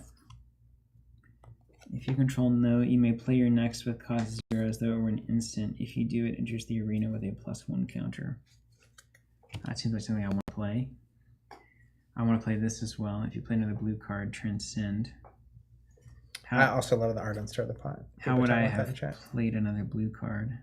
Oh, this is one I could do. That's coming in for 3? 3 with go again. Um, And this goes away. Which no longer works to discard it. and does the Transcendent card stay in my hand forever like a normal card? It goes to your hand and it's a normal card and you pitch it and use it. Okay. Got it. Got it. And does it count as playing a blue card? Is this a blue card for the It's not purpose- playing a blue card, it's You're pitching a pitching blue card. but it is pitching a blue card as well? Yeah. J.K. Lawlins, I actually put a link to that cut on the Discord this weekend. It's in there if you want to search for it. Don't tell Lucas. Though. You've pitched this turn. Oh, They can come at me. Lord of mercy. I'll take it down if they ask me. Lord of mercy. No money has been made in the, or no films have been harmed in the production. No hit serious effect or way. anything? Oh, sorry. Not presently. Okay, I'll take 3. What are you gonna say, John? I love that, like, the disillusionment that the movie was that bad for you resulted in you just like taking it and recutting it. Like, I can't possibly believe they could make a Star Wars movie this bad. And then they made fix 9. Yeah. Yeah, I just like that. The Hold my impetus, beer. like, that impetus for that is like a pretty deep Well, reaction. The impetus for the cut was there's a vast majority of this film I love, and I felt like the editing was where a lot of the problems came in. Yeah. Like they have the space chase go on for 2 hours. Yeah. And it's like there's a way to cut this movie where that is like 20 minutes. Yeah. And it doesn't feel like a slow motion car accident. Yeah. Anyways. Well, and if you know the story of Star Wars, which I know you do, it was saved in the editing. The first 3 movies 100%, yeah. were good because the editor was good. God bless her. 2 with go again. No hit effect on. Nope. You got 3 cards in hand there? 3. And you know one of them. It's this. Right. Nobody cares about that one. This here. I feel like I'm gonna get punished for trying to be too funny here. I'm like funny business, you know? Too fancy? Yeah. Yeah. That's the illusionist way, though. I'm just gonna do it so that I can make sure that I actually play this card. Yeah.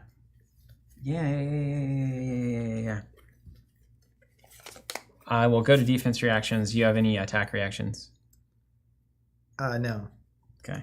So there's no other way I can pitch a blue. Wow. I'll pass. Take 2. We're going to play Wind Chakra. +3 to my next Crouching Tiger. This gives +1 to a Crouching Tiger for 4 with go again. Got it. No hit effect. No. You know what? That's so fab. I'll do you a solid. I'll announce hit effects. You just have to trust that I'm doing it.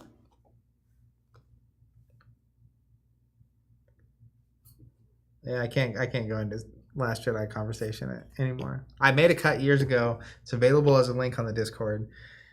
Enjoy it or not. Okay, I am going to respond to that with no... Wait, if I defender here, and then I do this thing, draw, put this on the bottom, and then...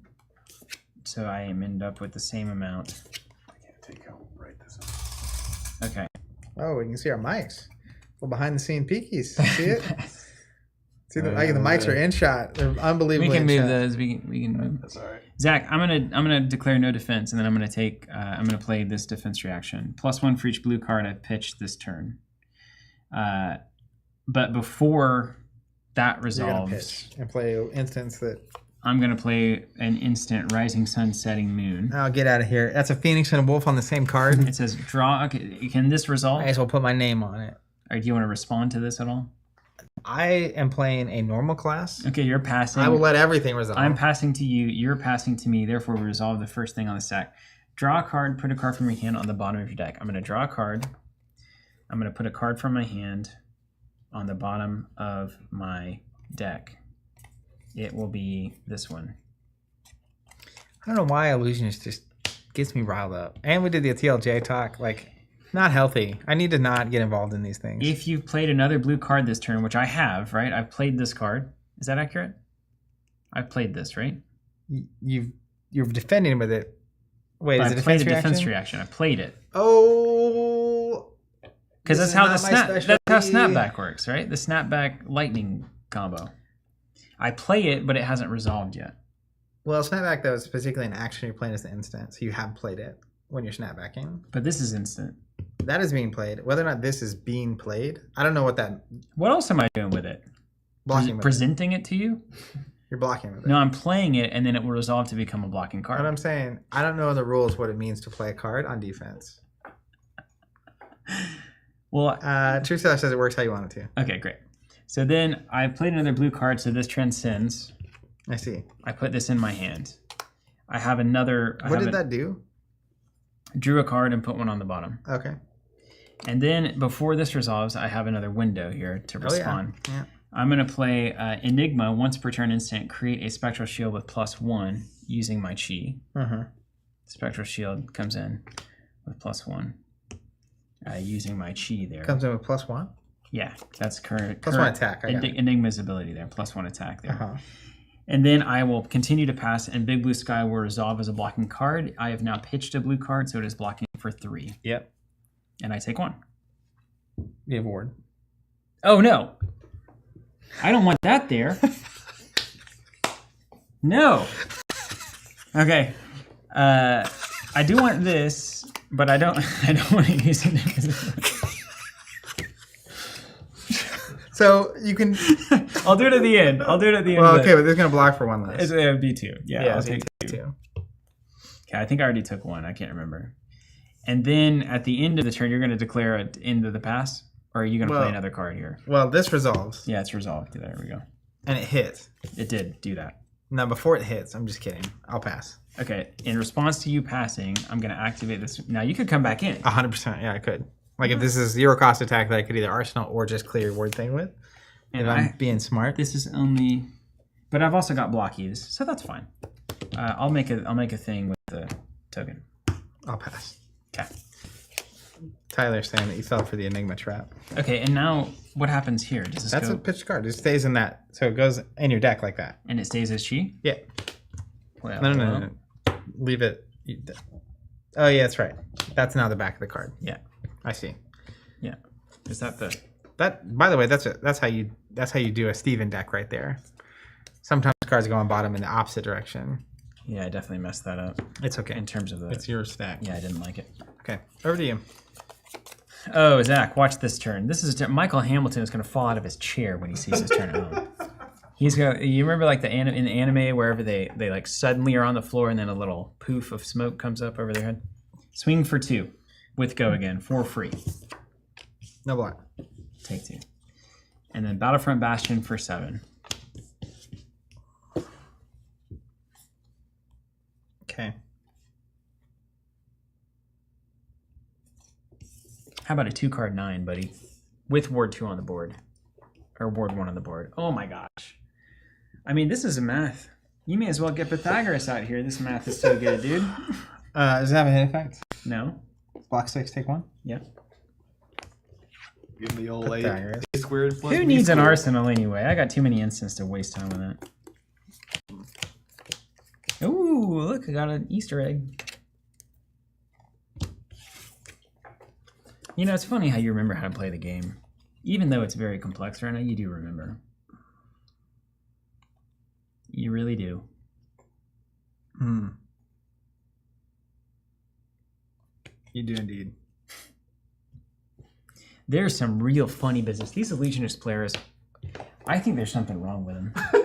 I don't think you can enjoy this the way that they enjoy it without having something slightly wrong with you. Is that okay to say? Can I say that out loud? I don't know. I mean, this is. I don't really know. I'm not even sure what I'm doing anymore. 2 with go again. I don't think they See, are either. I understand that. Can you show me a resource, please? Like your floating one, right?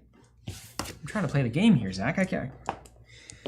And Okay, hold on. There's a lot of X's on this card. X is 4 if you pitched a blue card, otherwise X is 1. Well, so I have to have pitched a blue card. That's an instant as well. Okay, you're doing 2 here? It was true in 2021. It's true in 2024. Lucius drives me crazy. Gain 1 life. I like that you're enjoying it, though. If you play another blue card, this turn transcends. You seem to be doing a lot of things. This, okay. So can we play? We can play. Truth Teller says I love Enigma. Yeah, so it's like me loving Last Jedi. Like, it's not going to be for everybody, you know? You're doing 2 there. Okay. What's 2 anyway? What's 2? Word X.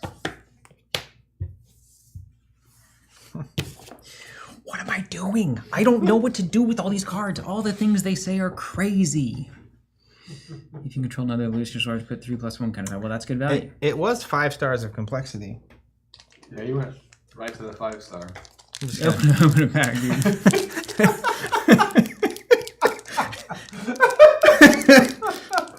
I deserve some dopamine. I don't know what to do. I have no idea. You just figure it out. I'll sit back, relax, and see what's in this pack. I just genuinely have no idea. First tenant of Chi, Moon. Thanks, oh, that's good. I mean, it's just 2, man. It's Smart. just 2. I should just wait for an attack. This is an instant, so suddenly I can attack with that. I mean, that's just a 2-card 4. Not great. Oh, and that's a forever problem. Golly. A lot of people dying in these cards. You want to get out the notebook? I'm gonna pass. I'm gonna lose this. Talk about Pythagoras. No, I don't. But Mother of God, this class is designed to destroy me as a human being. It is literally designed to destroy. You got it. You try to be perfect and you can't be perfect. And That's suddenly, 2 packs deep now. yeah, suddenly Yeah, we'll have the whole box open before. you lost valedictorian to Eric suddenly, you know, and then it's like you're just trying your best. Did that happen? No, I was co-valedictorian. With Eric? Eric and a few others.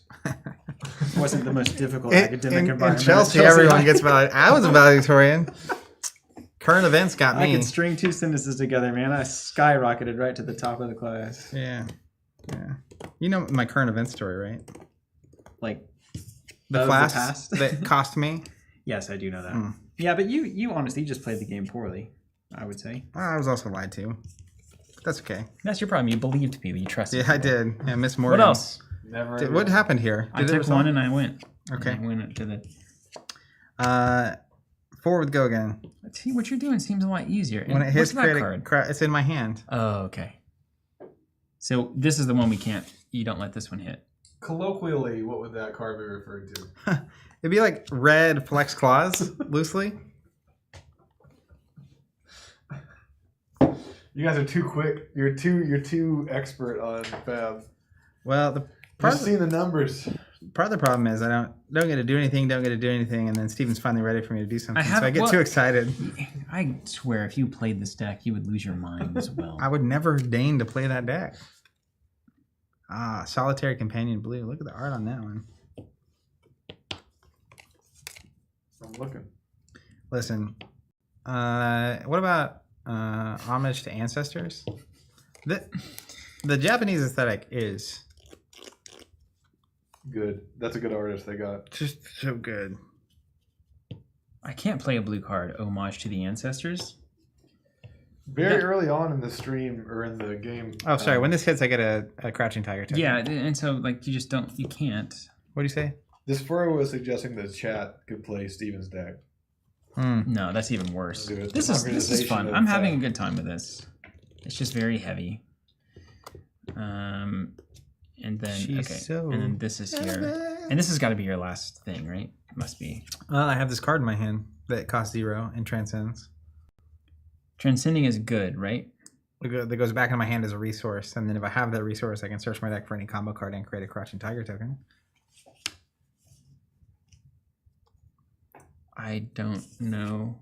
If I can play this as a 0 cost and transcend it, I can use this ability. which Okay. lets me search my deck for a combo card and put it in hand and get a Crouching Tiger. Okay, is that good for you? Yeah. Anyways. I'm just going to do this, man. I'm going to play Haze Shelter, Ward X. It's going to be 4 because I pitched a blue card. This is a card that I actually want to play, but I can't play a blue card to trigger it this turn. Maybe you put it in your arsenal. I don't know. It's going to be Ward 4, and that's going to block that attack with Ward. Okay. And I got 1 floating. How many cards in hand? I have 2 cards in hand, and I can activate one of these for Ward 1. And if I pitch again, I could activate one of these for Ward 1. Okay, I'll let that resolve. Okay, done. Then I'll pass. Okay. We did it. This goes to the bottom. Get a little chi for late game, a little pitch stack. That one's going to be about 6 turns from now. I've got it mathed out. Don't you worry. Then I shall play Spectral Manifestations. It's going to leave 1 floating for me. Create a Spectral Shield. If you control no other illusionist auras, which I will not, put 3+1 counters on it. And then I'll swing for 4 for free. One float in here.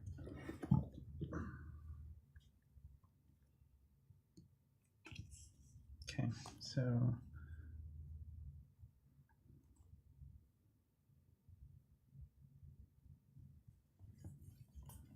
if I go there.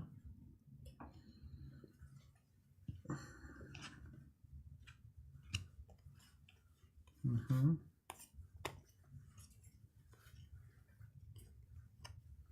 For 3. Block 3. Technically 4. It's +3, but it's got Ward 1. So it starts at 1 and it Take goes. 1. I got an instant. I'll block for 3. You see the soul leaving Zach's body? I'm going to pay 1 to flip Uphold Tradition up, put a +1 counter on an aura with Ward. Take 2. And then you'll take 2, and now I have Ward 1 is officially in the party. I'm just going to put this up here so you know that that's going to happen. Okay. You 5, you blocked 3, you took 2. All right. Can I party yet? Yeah, you can party if you want to, yeah, for sure. If you want to. You're not partying yet? Let's go Harmony of the Hunt blue. Just a 1 with go again.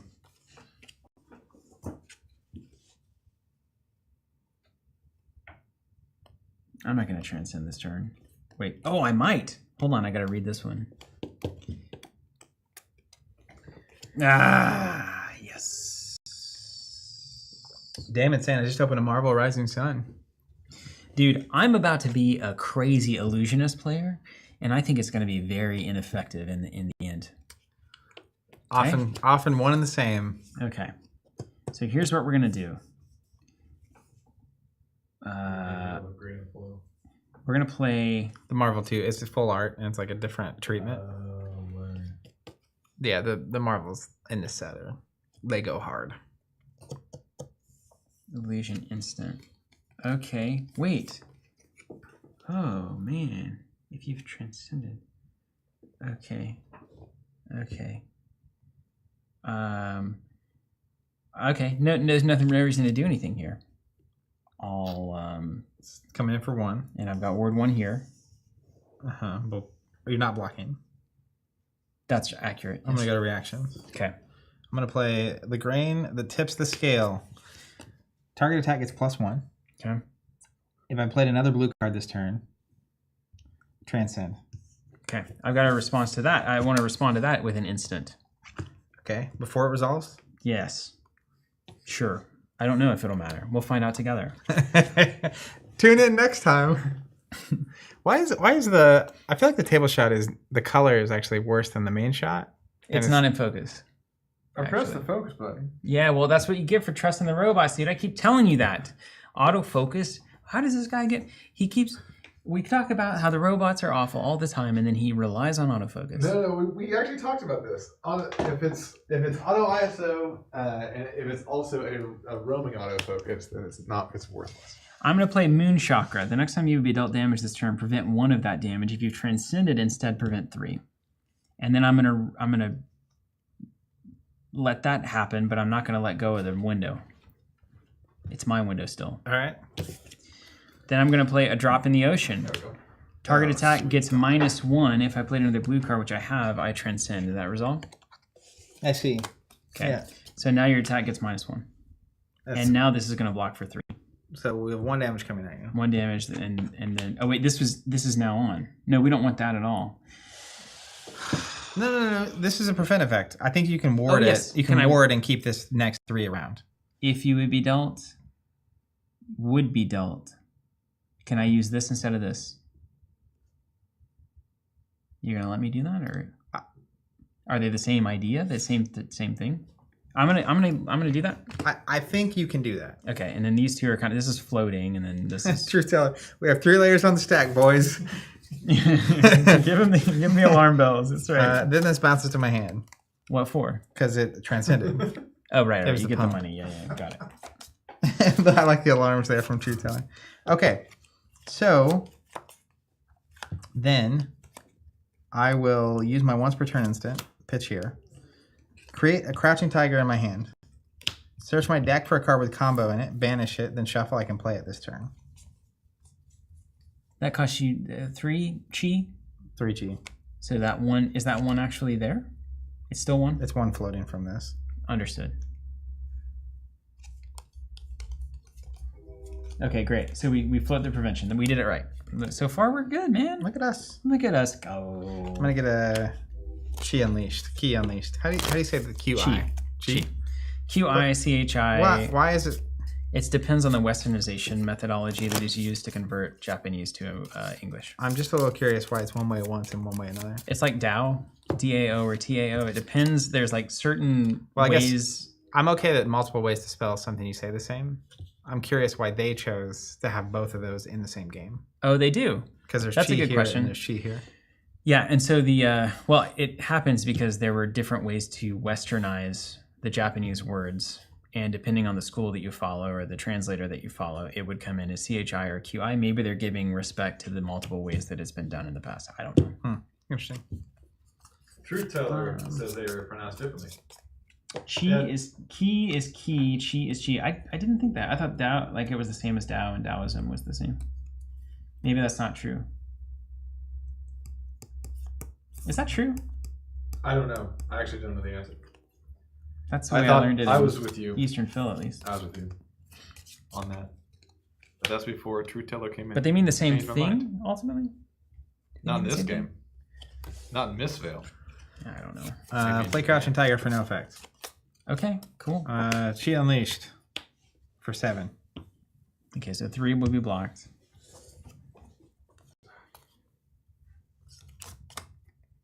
Technically 4. Yeah, but we're going to keep this data around. You sure? Yeah. Do you have any bamboozlers on the table? No. So 7 normal.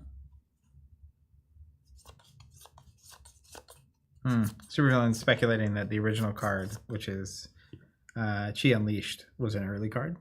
Mm-hmm. And then they decided to change it going into Mistvale. Okay. Okay. I feel like I'm getting wrecked, but I'm just waiting for Steven to have a hand that doesn't block. I love this chi. I just like the idea of the chi, you know? The chi. Very zen of you. Why would I do it this way, though? Shochi, I believe from Japan, saying Japanese says ki. Okay. Have I been lied to my whole life? I saw a picture of a like 1970 something Taco Bell menu, and under the name of everything they had the pronunciation because at the time how to pronounce words, Spanish words particularly, was just like so foreign wherever this Taco Bell was. It was hilarious to see. Be like quesadilla, Quesadilla. and it has it like the pronunciation under it. It's like this old menu. It's really funny. Huh. Just one of your going around the web looking at old menus. I don't know how it came across my screen, but this is what we're talking about. Like, it's an old dude's head now. I told you, everyone does something weird when they have a kid when they become a father. Maybe yours is like an obsession with old menus. Yeah, who knows? That might be yours. There's only so many ways you can use your cards. True. Yeah. 3, 4. We're all agreed on that? Okay, good. Great. Love it. Glad old John Madden decided to show up today. You're about to go to 4 cards here, right? This is why you can't get this on Talishar. You can stand on it. You can eat off of it. You can make a castle. You can leave a note on it. You can play it. Yeah. Put it in a deck. Give it to a friend. I gotta find a way to block 7 without looking like an idiot. You got 4 block on the table. I know, but this one is not blocking. This is a 5 damage attack sitting here for free. Okay. This one is not blocking. Okay, let's get this out of the party. But you have to do it and have a card in hand left, right? To do something Yes, with? to do or it. If you have to use your whole hand to do it, that's fine too, right? It's technically fine.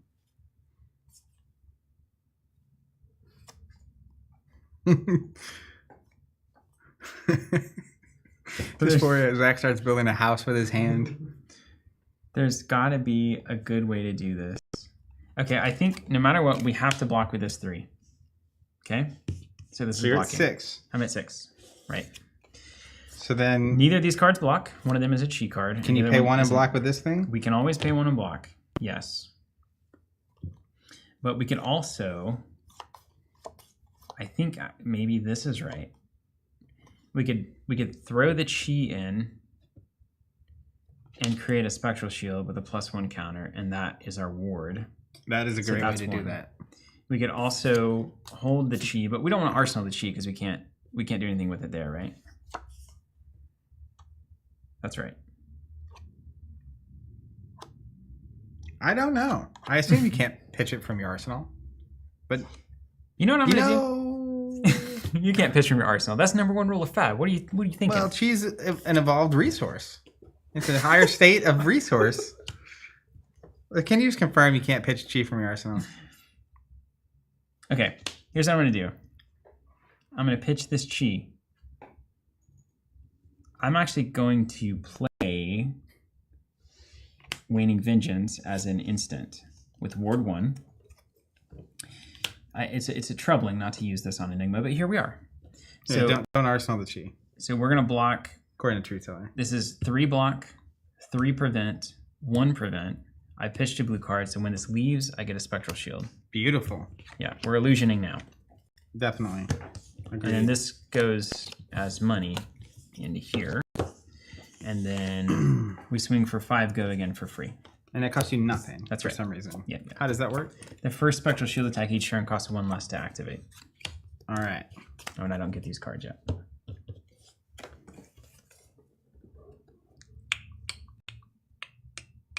So this is still Zach's turn. No. This is on my turn now. Okay. Yeah. So swinging for 5.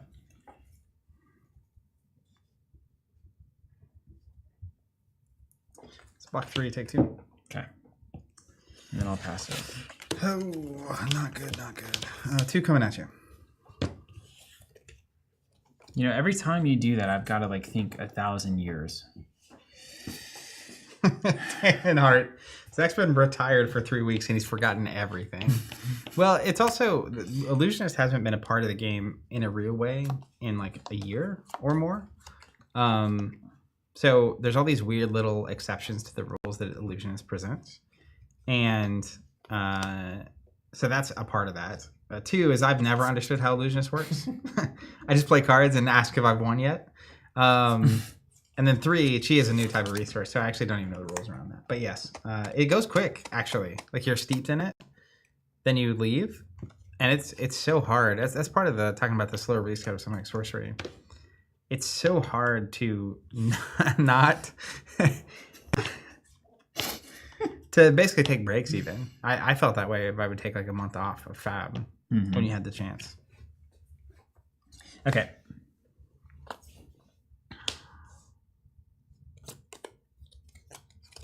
Josh Hatch saying, having not followed or played FAB since Bolton was bad, I'm thoroughly confused by what's happening on screen at the moment. Yeah, I mean, it's only gotten thicker. It has. It's extremely complex. But it's a game that is aimed at people who want this kind of As someone who was steeped in it for a long time. And it's pretty tantalizing, I'm not going to lie. Okay, there's my twos. Okay?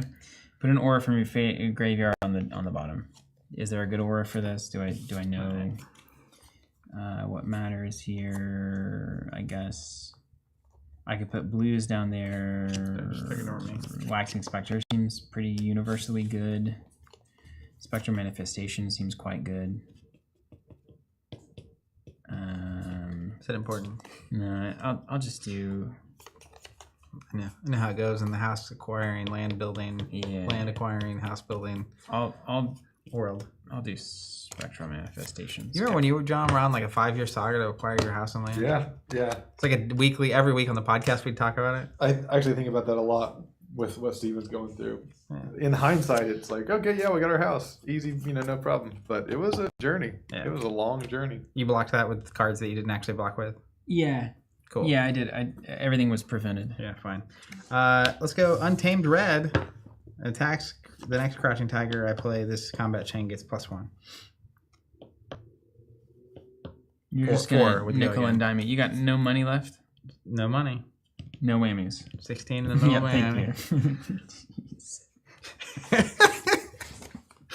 Well, I won't not finish it.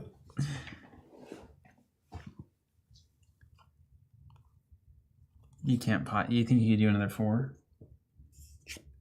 Right? No. You think I have a snatch in hand? There's no way. That'd be sweet. Is there a 4-draw card? Hey, Shelter. It's going to be Ward 4 because I pitched a blue card. Okay, I'll pass reactions. Pass. Okay. Then I'll just swing for 1. Pretty cool, man. Pretty cool. I mean, you're slowly winning. I am winning. In fact, you just have to block 1. I agree with you. I'm winning hard. And you have go again. You have your funny business here. If this hits, no, it's not going to hit. It will not hit. No funny business.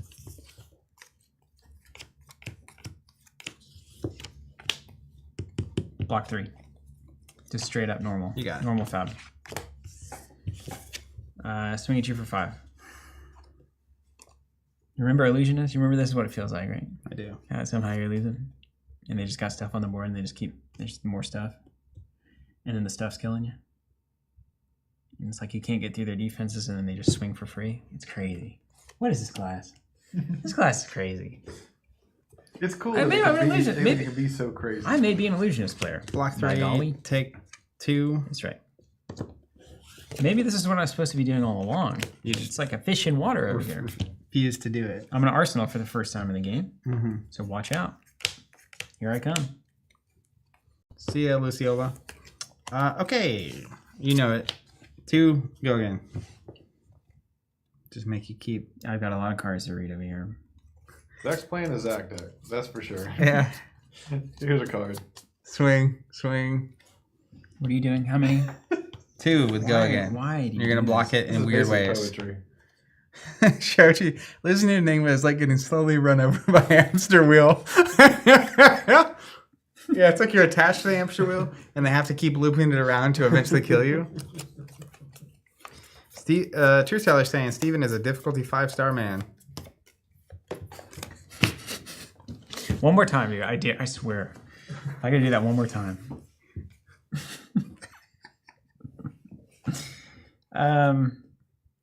This is not gonna be the case. I'll block 2 there. Classic, old fashioned. Okay.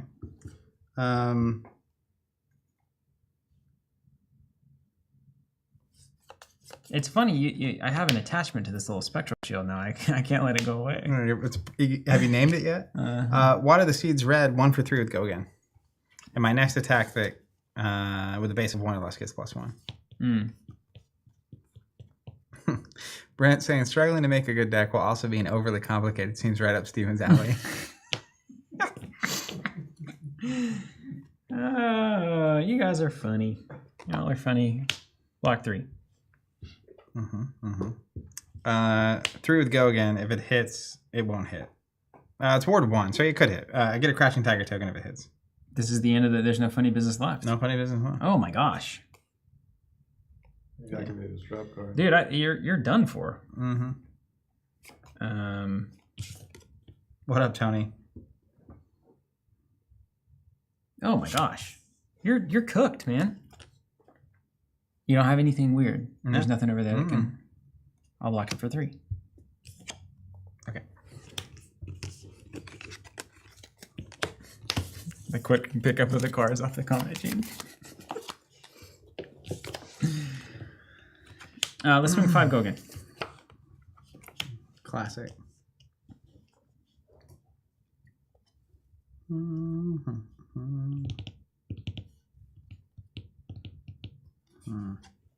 What's up, Tony? Tony. Oh, I'll watch a Rudy again on DVD.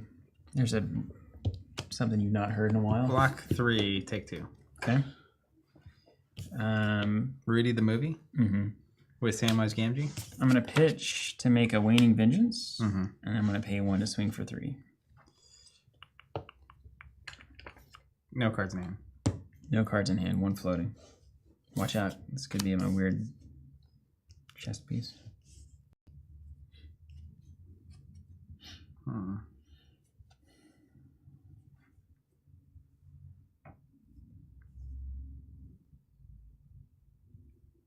This game's over. I've been in this position too many times. It's over, right? Block 3. Block 3.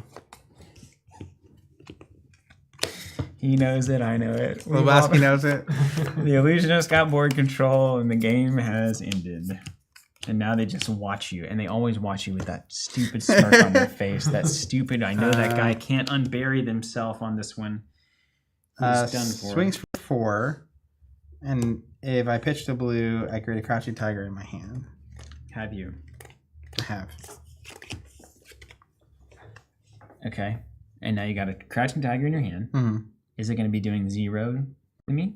Perhaps. Like, there's nothing that's giving a +1 currently, right? Nope. And that's 4 right there. It's 4, yeah. Mark of victory. Is there a better way to start the day than hearing Steven say, "You're cooked, man"? What up, Sasha? Steven is helping reinforce my disdain for illusionist. Live on a Monday. Coming in for 4, go again. But the next game we're playing is a D20 in it, so watch out. Can the crouching tiger pitch? I don't know. Like, It can't. No. It cannot. so this is all you can do. Yeah, man. Does this matter? No, that's a defender. What about this one? It just blocks your 3 if I'm at 1 life. So I just have to block 4, and then just the onslaught continues. Yeah, here we are, dude. Welcome to the past several turns. Okay, I'll block 4. All right, I will Arsenal pass. Do you remember that old podcast called Arsenal Pass? Wasn't that crazy to think about? It had Hayden and then that other guy on And the there, other right? guy. Yeah, the Marvel Snap player. Yeah. Did you see? I meant to mention this in our Pixleborn thing. Also, it's clearly Brendan is the other guy. But the Lorcana, either last weekend or the weekend before, had one of their big events. 2,000 players. In Lorcana? At a Lorcana event. No. There was like some really gold Mickey Mouse card that was floating around. It was really gold. It was like seriously solid. It's like almost made of gold. But I was impressed that they had a 2,000 player event. That's incredible. Yeah. Unbelievable. Yeah. Turns out should be about the biggest in the country, right? The franchise. Is Disney bigger than anything? I think it's Pokemon? the biggest American IP. It's big, but like Pokemon's bigger. Yeah. As an IP, there were a couple. We had this conversation. Is Yeah. strangely Swing for 5. up there. With go again.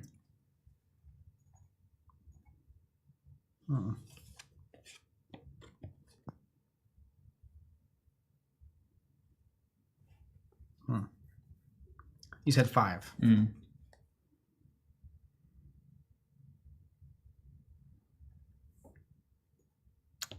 Well, block 4, take 1. Mm. And now you get your little Mm-hmm. let's swing for 3. Block 3. You have to pay for that or anything? I just have to be at 1 life. Okay. It does not have go again, but I will go ahead and just go ahead and play a Waning Vengeance there. I guess I had to do that first to pay for that swing, and then play the Vengeance. But no go again. No go again. All right.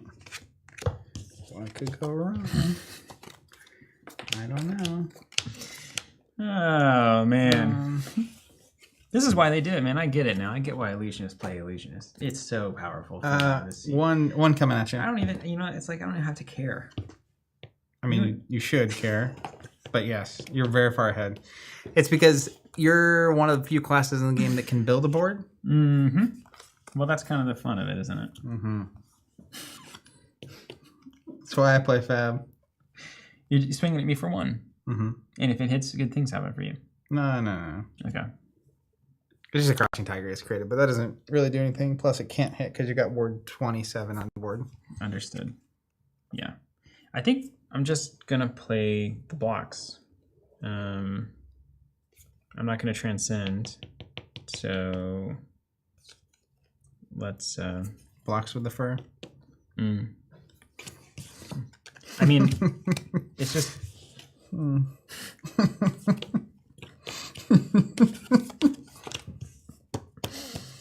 I think I can end the game easily if I just allow this to happen. Good luck proving it, dude. But I'm an illusionist. I got to remember I'm an illusionist. I agree. Yeah, which means give them nothing.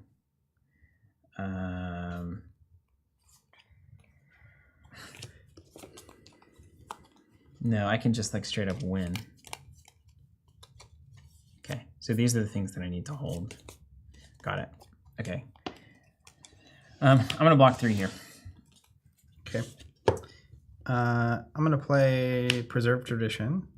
Put a target action card from my graveyard on the bottom of my deck. If I play another blue card, this turn transcends. So it'll transcend and come back. But let me find what I want to put on the bottom of my deck.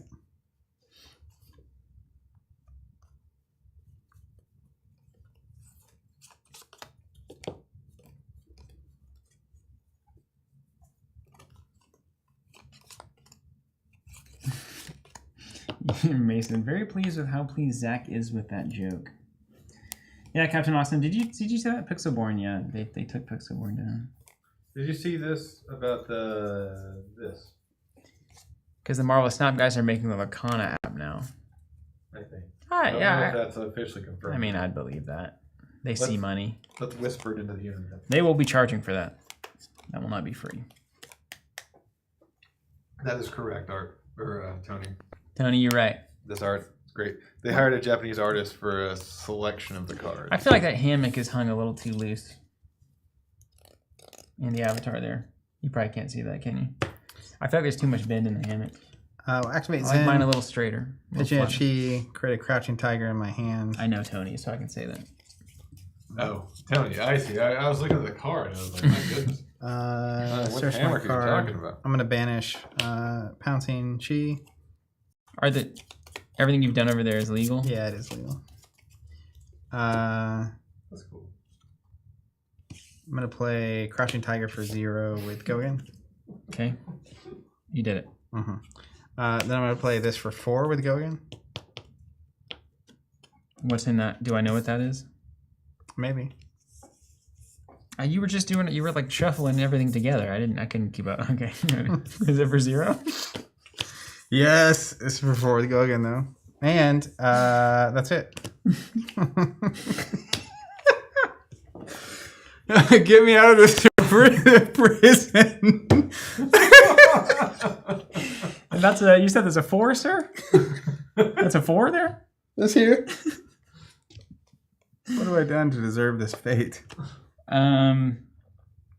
Well, as a 4, I think we'll just lose a Waning Vengeance to it. I don't think there's anything else to do. That seems okay. Yeah. I'll block 3, and then the 1 is going to go here. That's a win. Arsenal pass. Okay. Swing for 5 with Gilligan. Cool. Oh,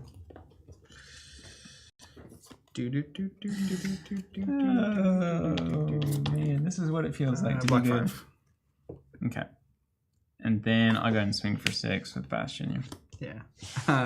Block 2, 3. Take a bathroom break real quick. I have a blank that I can't do anything with. I'm an illusionist. You did it. Congratulations. How'd you feel about it? Better than you. Yeah, I've never liked illusionists. I don't like seeing them. I don't like playing against them. You want to get on your block box on that one? I like the idea. That's fine. I'm okay with it existing. I just don't. I'm okay with it existing. It's the best way to say that.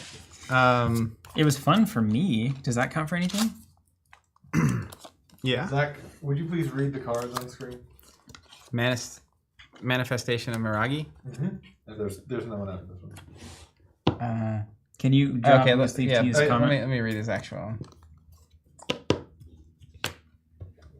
Miragai is one of the dragons. I know that. Yeah, I played Fab as well. Yeah, I mean, I don't know. Jonathan, can you drop loose leaf T off the screen? Of course, yeah. The comment, so we can read the card. Oh, you can't read it because Yeah. I'm sorry. I have This enters the arena with 2+1 counters. If a Chi was pitched to play this, instead it enters with 4+1 counters. Word X or X is the number of +1 counters on this. That's awesome.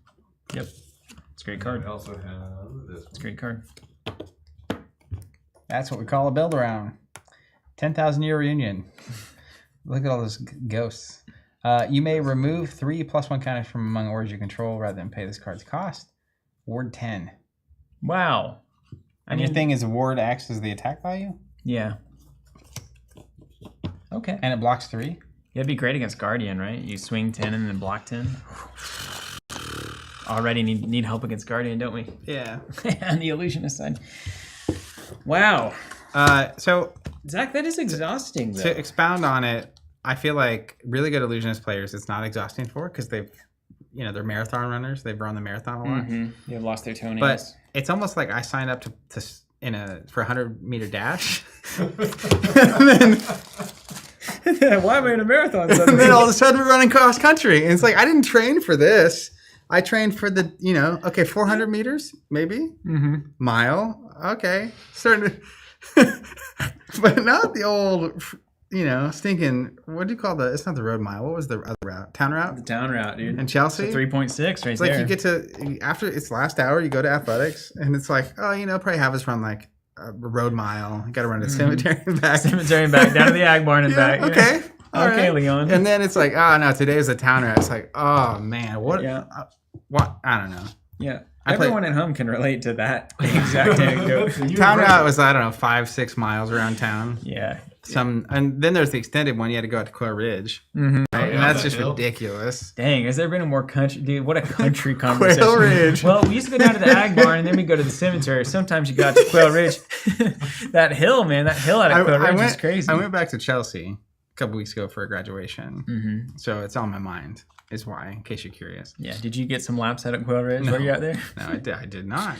It was about a quarter mile straight up. Yeah. Yeah, well, did you know they tore down Macintosh? No. Yeah, it's the old elementary school. Used to play Melee over There's there. a church there now. I used to love that so much. Every Wednesday Melee? after school, Yeah. you get to Going play. over I was the so park. jacked. This is the best part. Every This is the day, best part. every Wednesday, I was like, I cannot wait to use foam swords to defeat my enemies. You think about it all week. All Think week. about What it weapon afterwards. combination am I going to use? We've gone from country to Nerdsville. Hey, that's the story you're It coming could be in. both. I'm not saying. That I'm is- not knocking it. So, from a record keeping perspective, it was very nice for me, the observer, to watch Zach's quickly put together snappy deck actually lose to Steven's methodical, overly thought out deck. Mm-hmm. Because there's been a lot of sealed experiences where Steven takes a long time making Yeah. a deck. Zach slaps one together and somehow brings it out. This is what should have been happening at least half the time. The difference here is these are two decks that were pre-assembled.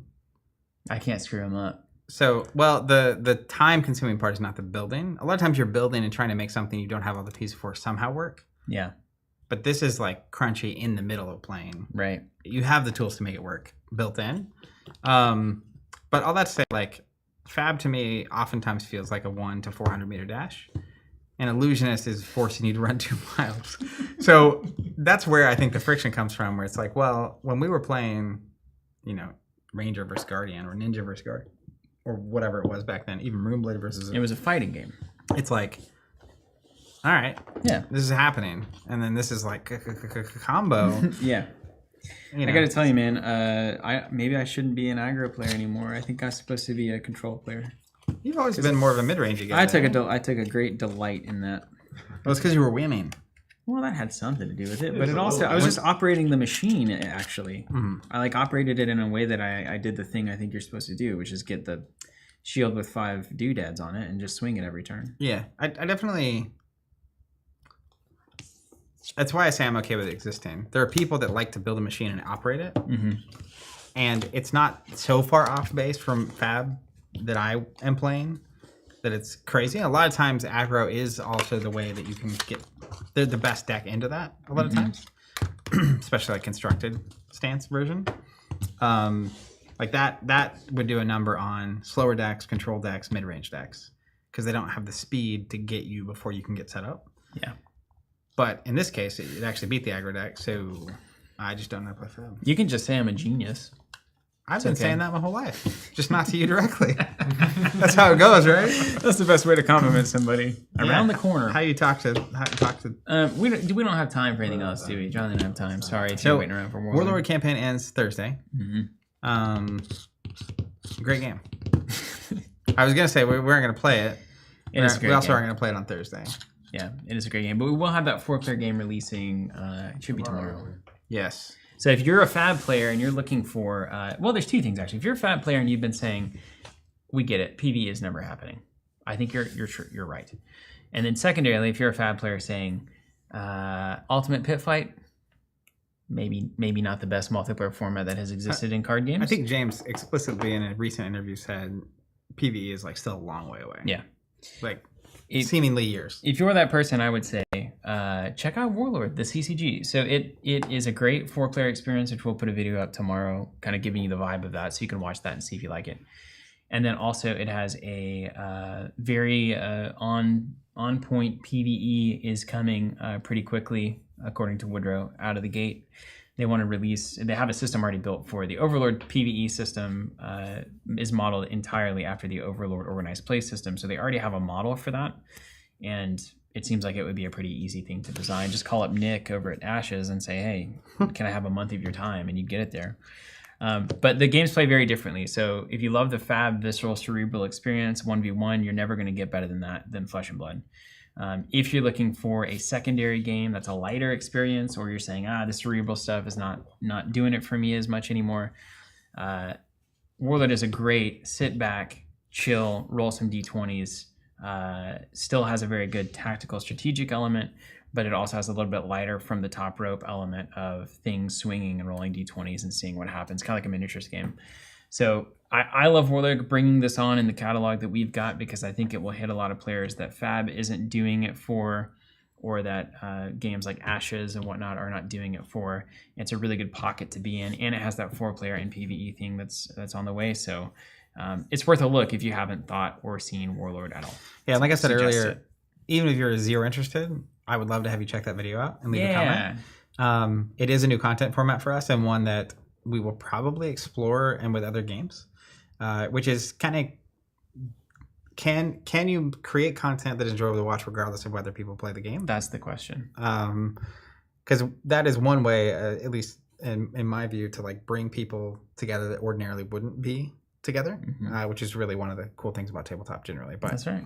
Anyways, if you watch it, I'd love to have you comment on it and give feedback and takes on it. So similar, we did a kind of mini documentary for Warlord that is on their Kickstarter page, also on our YouTube channel. So if you watch that, leave a comment on it, or this video here. It all goes to the same place. We'd just love to hear, because we're getting back into produce videos for the first time, which I'm super pumped about. And so it's cool to get people's take, getting out of this live stream bonanza phase that started with the pandemic. And we got a new editor coming online too, so we're gonna have more content than ever. That's the goal. Thank you guys so much for being here. Thank you so much for watching, taking the time out of your day to join us and hang out and enjoy the best that tabletop gaming has to offer. We appreciate you being here, and we are always available in the Discord. You can hop over there. The footer of our website has a link to that, and we hope you enjoyed the show, and we'll see you next time. Take care, y'all.